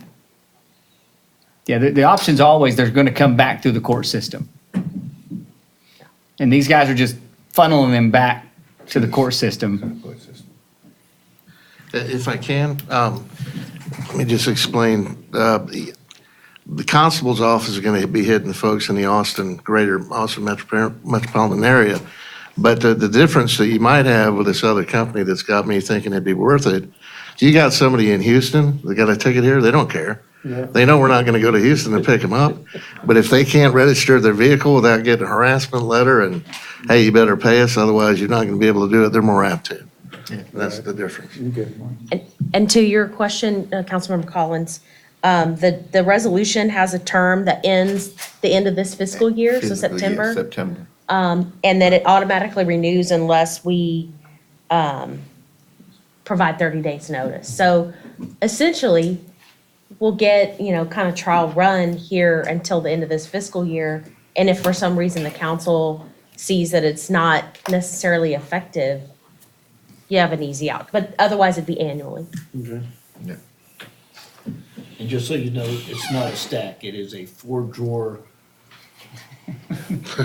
horizontal file cabinet that has all these in it. So How many do we're we not add just- every month?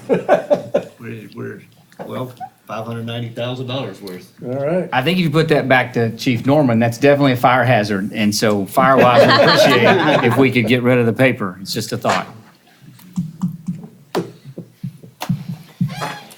Do we vote on this? All right, this is an action item, so if there's no more questions, I will entertain a motion. Mr. Mayor, make a motion that we approve resolution number 19-1799. All right, second it. All right, I have a motion and a second. Any further discussion? All those in favor say aye. Aye. All those opposed, nay. Hearing none, the motion carries unanimous. Number 10, discussion and consideration of a memorandum of understanding with Travis County Precinct 2 Constable's Office for execution of misdemeanor warrants issued by the city of Lago Vista. Mayor, this is the first hearing for this item, but it came out of the discussion from the last meeting. So we did put consideration for this item. As I said earlier, Chief brought Captain Jennings to meet with us. Captain Jennings does happen to be a Lago Vista citizen, which is fantastic. So he magically showed up. He brought us a draft, a sample of the memorandum of understanding. We worked through it, made a couple changes, sent it back to him, and put that back into here for council consideration. As you'll see, this is the item where it's the $50 warrant fee and the process which I explained earlier. So how does the memorandum of understanding, how does that work? Mayor, so what we do with these are just agreements that say you're going to work with us so that you can provide this service and we'll do this. So these MOUs happen very much like interlocal agreements. We originally said it would be an interlocal agreement, and they just happen to have a document that says it's a letter of understanding. So we took it as using their letter of understanding instead of an interlocal agreement. But it works the same way, provides the relationship for us so that we can have the exchange of goods and services.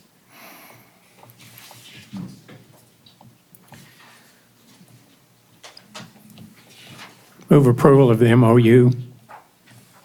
Second. All right, I have a motion and a second. Any further discussion? All those in favor say aye. Aye. All those opposed, nay. Hearing none, motion carries unanimous. And we go to number 11. Discussion and possible action regarding a participation contract in Balcones Canyonlands Conservation Plan and authorize the city manager to execute the contract. Mayor, I'm going to start with this item, and then if I flounder a little bit, then Eric's sitting there to help out. One of the things that we have to do for our new park is we have to be able to mitigate the surrounding area for the species in the area. We've been working on this separately to try and develop our own mitigation plan. The challenge for us is, do we want to do our own plan that could potentially cost us upwards to $75,000 to $100,000, or Eric came across an avenue for us to work with another organization to try and tap in. I think we talked to Sarah to see if we could work with Sarah on their plan. The most affordable and easiest process for us to use was to go through this process with the Balcones Canyon land, and in their amount for us to mitigate the piece of property that we're talking about is $58,300. If approved, this amount would come out of the total project cost for our new sports complex. Sounds like a bit of a strong arm. Sadly, there is not a workaround. It's similar to some where we would have, for subdividers in our community, we require a parkland dedication. It's a very similar thing. If there's a protected area and there's something that has to happen, this is a requirement. You have to figure out how you're going to satisfy that requirement. That satisfaction comes to the tune of $58,300. Does the grant money cover this 58.3, or is that actual city funds? Mayor, actually, this is one of those items I believe we can do out of the grant funding. Yeah, so the first round of grant funding is $500,000 from Texas Parks and Wildlife and a city match of virtually $500,000. The second round is $500,000 city, $500,000 Texas Parks Wildlife, whatever that is.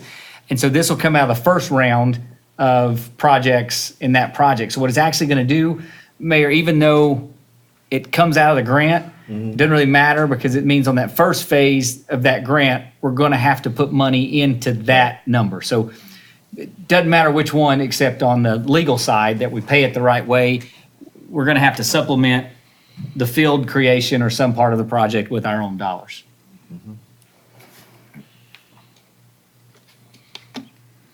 And it's your feeling that this is the cheapest way that we can get this done? It's my painful feeling that it's the only way to get it done, because the other option could potentially been double that. And Eric's been working on it for a while now, so we finally just given in and given up and said it's the only way to do it. Okay. Throw cash at them till they fold. Well, we want to try that too, but they still didn't like that. So this.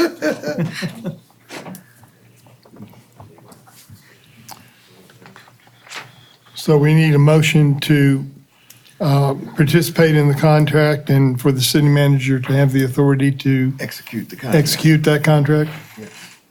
All right, well, I will make that motion that we enter into a contract of participation with the Balcones Canyon Land Conservation Plan and authorize the city manager to execute the contract. I'll second it. Art seconded.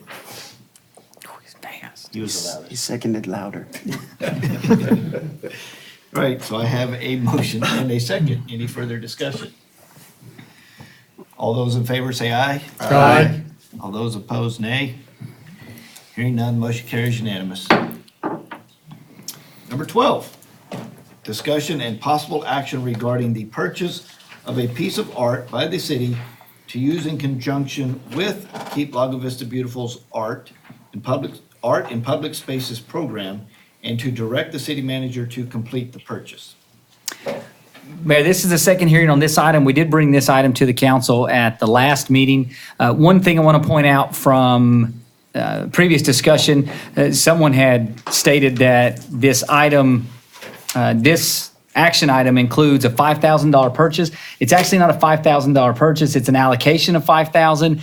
The Glee artwork is actually $4,000. The $5,000 is the total cost for the base and the pedestal securing of the artwork. So it's a total project cost of $5,000. So if the middle of the page says requesting $5,000 to purchase a piece of art known as Glee, but the actual item is $4,000. So would the city own this or would KLVB own this? Mayor, I would say that the most efficient way to do this is for the city to own the art. That way we manage the moving of it, and this is all part of the design that presented back from KLVB. I think it would be more efficient if council approves this for the city to own it, and then we would store it until it's time to install. When would that be? As soon as we can get you a plan for the town center, Mayor, I'd say potentially here in the next 30 to 60 days. And Mr. Mayor, this is something that can be moved from place to place? Yes, sir. So what happens is we do the pedestal and the mounting location, and then you would bracket it down so that you could move GLEED.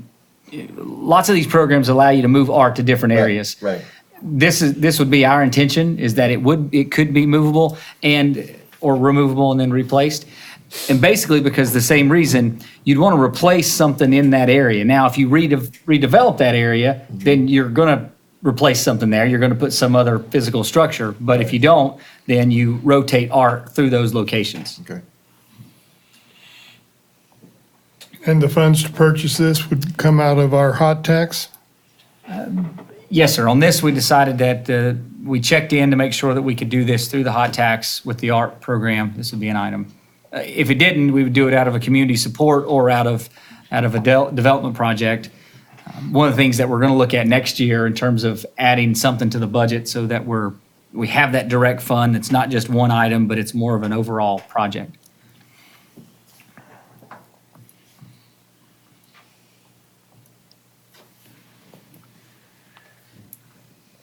All right, if there's no further questions, I'll entertain a motion. Move approval. I'll second. All right, I have a motion and a second. Any further discussion? All right, all those in favor say aye. Aye. All those opposed, nay. Hearing none, the motion carries unanimous. 13, discussion and possible action regarding the lease purchase of new golf course maintenance equipment.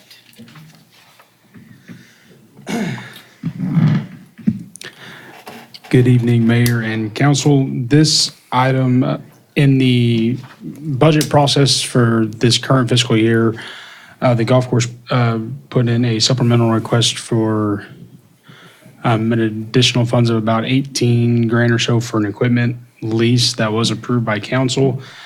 The equipment on here is the lease for those funds that have been approved. Sorry, excuse me. I'm not sure I understood that. So council approved funds for this equipment when they passed the current budget. Right. So this is what we're intending to. To spend that fund. Yes, sir. Via this lease. Yes, sir. Mayor, based on the total dollar amount of the lease and our procurement policies, it's required that council would approve this if you so moved. Question, have we looked at any other provider? We have not. The main reason we choose this provider is because they're 30 minutes down the road. The other providers in the area are in San Antonio, Houston, which are 2 to 4 hours away. So it's convenient for us to use them because they have technicians and a quicker delivery. It's more convenient for us to use this provider. If I'm not mistaken, when we were going through the budget process and we were looking at the original allocation of the funds, we did at that time compare different companies, and this is the one we had chosen at that time. Mayor, one of the challenges that came up during that discussion was one of the other companies that we talked to then had stated, well, you should probably buy, if you're gonna use this larger mower this many times, you should probably buy 2. And that was part of the thing where Chris had come back and saying that the ability to service those mowers, if they're 3 and 4 hours away, creates a challenge. And that was part of that rationale for us saying, if we can go closer and get similar cost, then that's our preference, because we know that service is a big deal with the high use. Don't we have a cutoff number for, we may have done it, but don't we have a cutoff number, an amount of money that we have to get at least 3 bids or estimates? We do. Well, we had bids before. What we apparently we've been through that. Okay. Yeah. Okay. Yeah. I was going to tell you that number, but Like I say, when we were initially doing this, we had all of that, and then this was the company we agreed on. We just have not entered into the lease yet, and Right. it's just now coming to us. Right. And I believe the way it worked last time was council voted to authorize the city manager to enter into that lease. So it'd be the same process. And I have slept since then, so I'm not going to guarantee that I remember right, but if memory serves me correctly, the numbers that we got from this company were the middle. There was one that was cheaper and there was one that was more expensive. Correct. And this was kind of the middle of the road, so the real deciding factor on this was the proximity. Was location. The ability to get them here to fix equipment if it was down. Correct. And being able to have better contact with them than people in San Antonio and Houston. Correct. Isn't this just a matter of allocating the funds that Yeah. were approved for the? Yes. Well, Yes. yeah. That's all we need to know. Right. Yeah. Correct. But you do have people that are on council that were not here when we went through the budget cycle, so they're not necessarily aware of the history behind this. The lease terms is a 72-month lease with payments equaling $4,000 a quarter, so was that $16,000 a year? And I believe we added a supplemental of 18, so that puts us right under that number. It says lease purchase, so at the end of the term, we own the equipment, but Yes, they sir. maintain it for the entire term of the lease. Correct.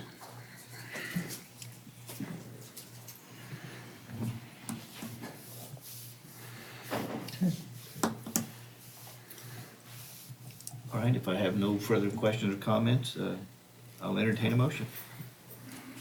Mr. Mayor, I make a motion that we approve the lease purchase and authorize the city manager to sign that contract. I second it. All right, I have a motion and a second. Any further discussion? All those in favor say aye. Aye. All those opposed, nay.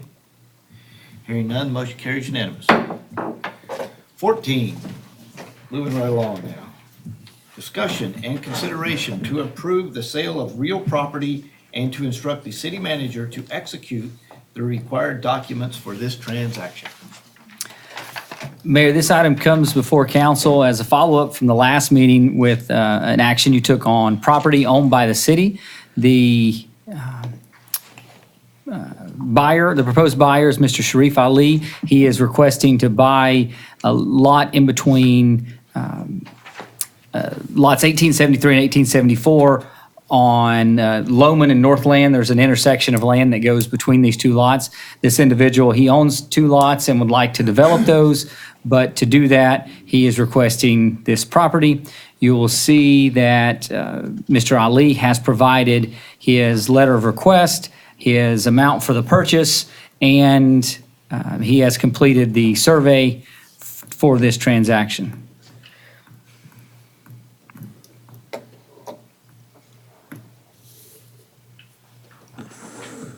Move approval.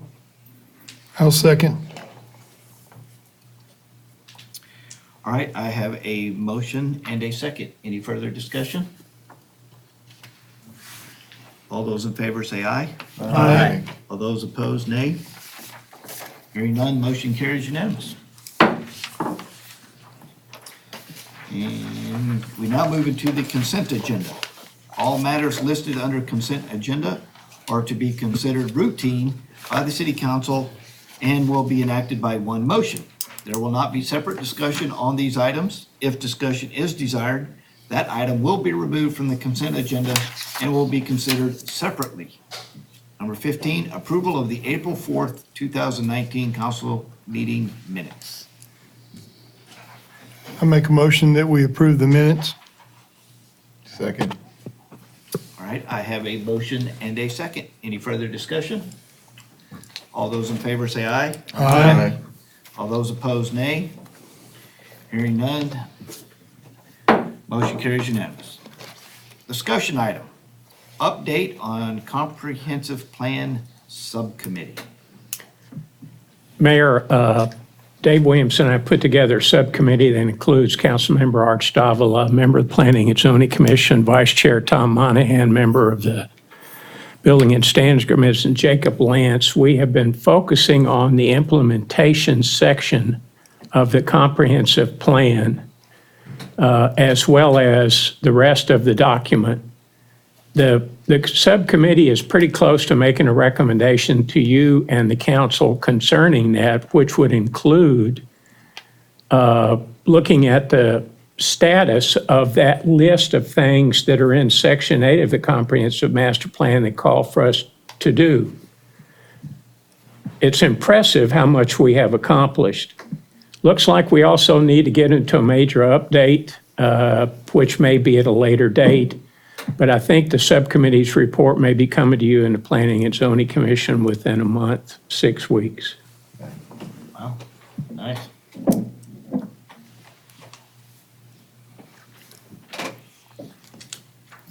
All right. Anything else?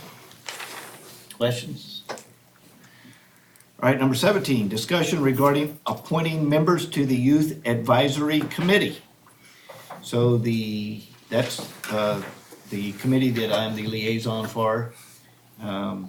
The press release has gone out. It has been put out there through several avenues that we are accepting applications.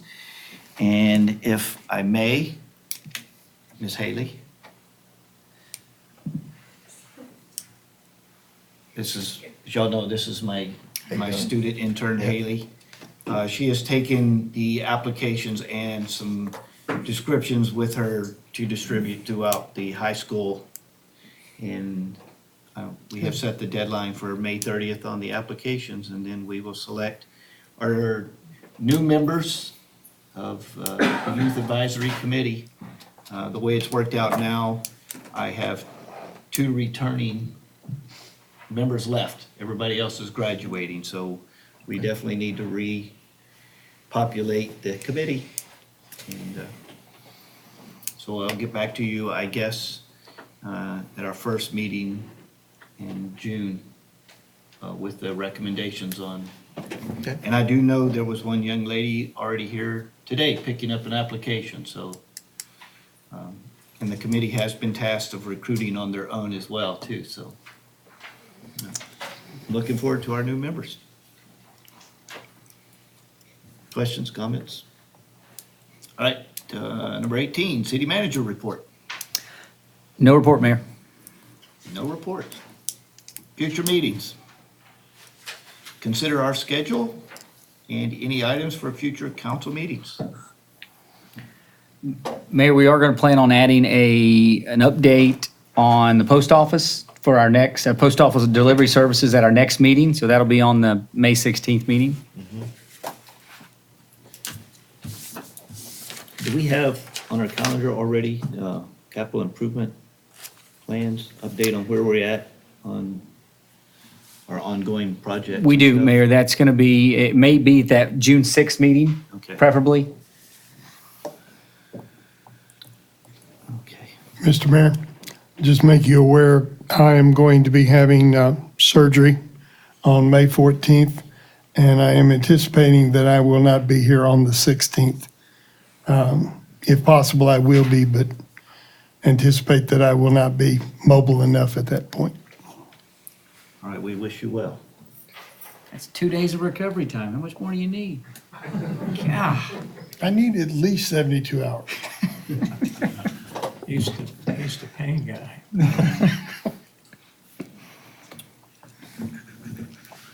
Yeah, but I lost my Sticky access to nose. needles and local. I don't.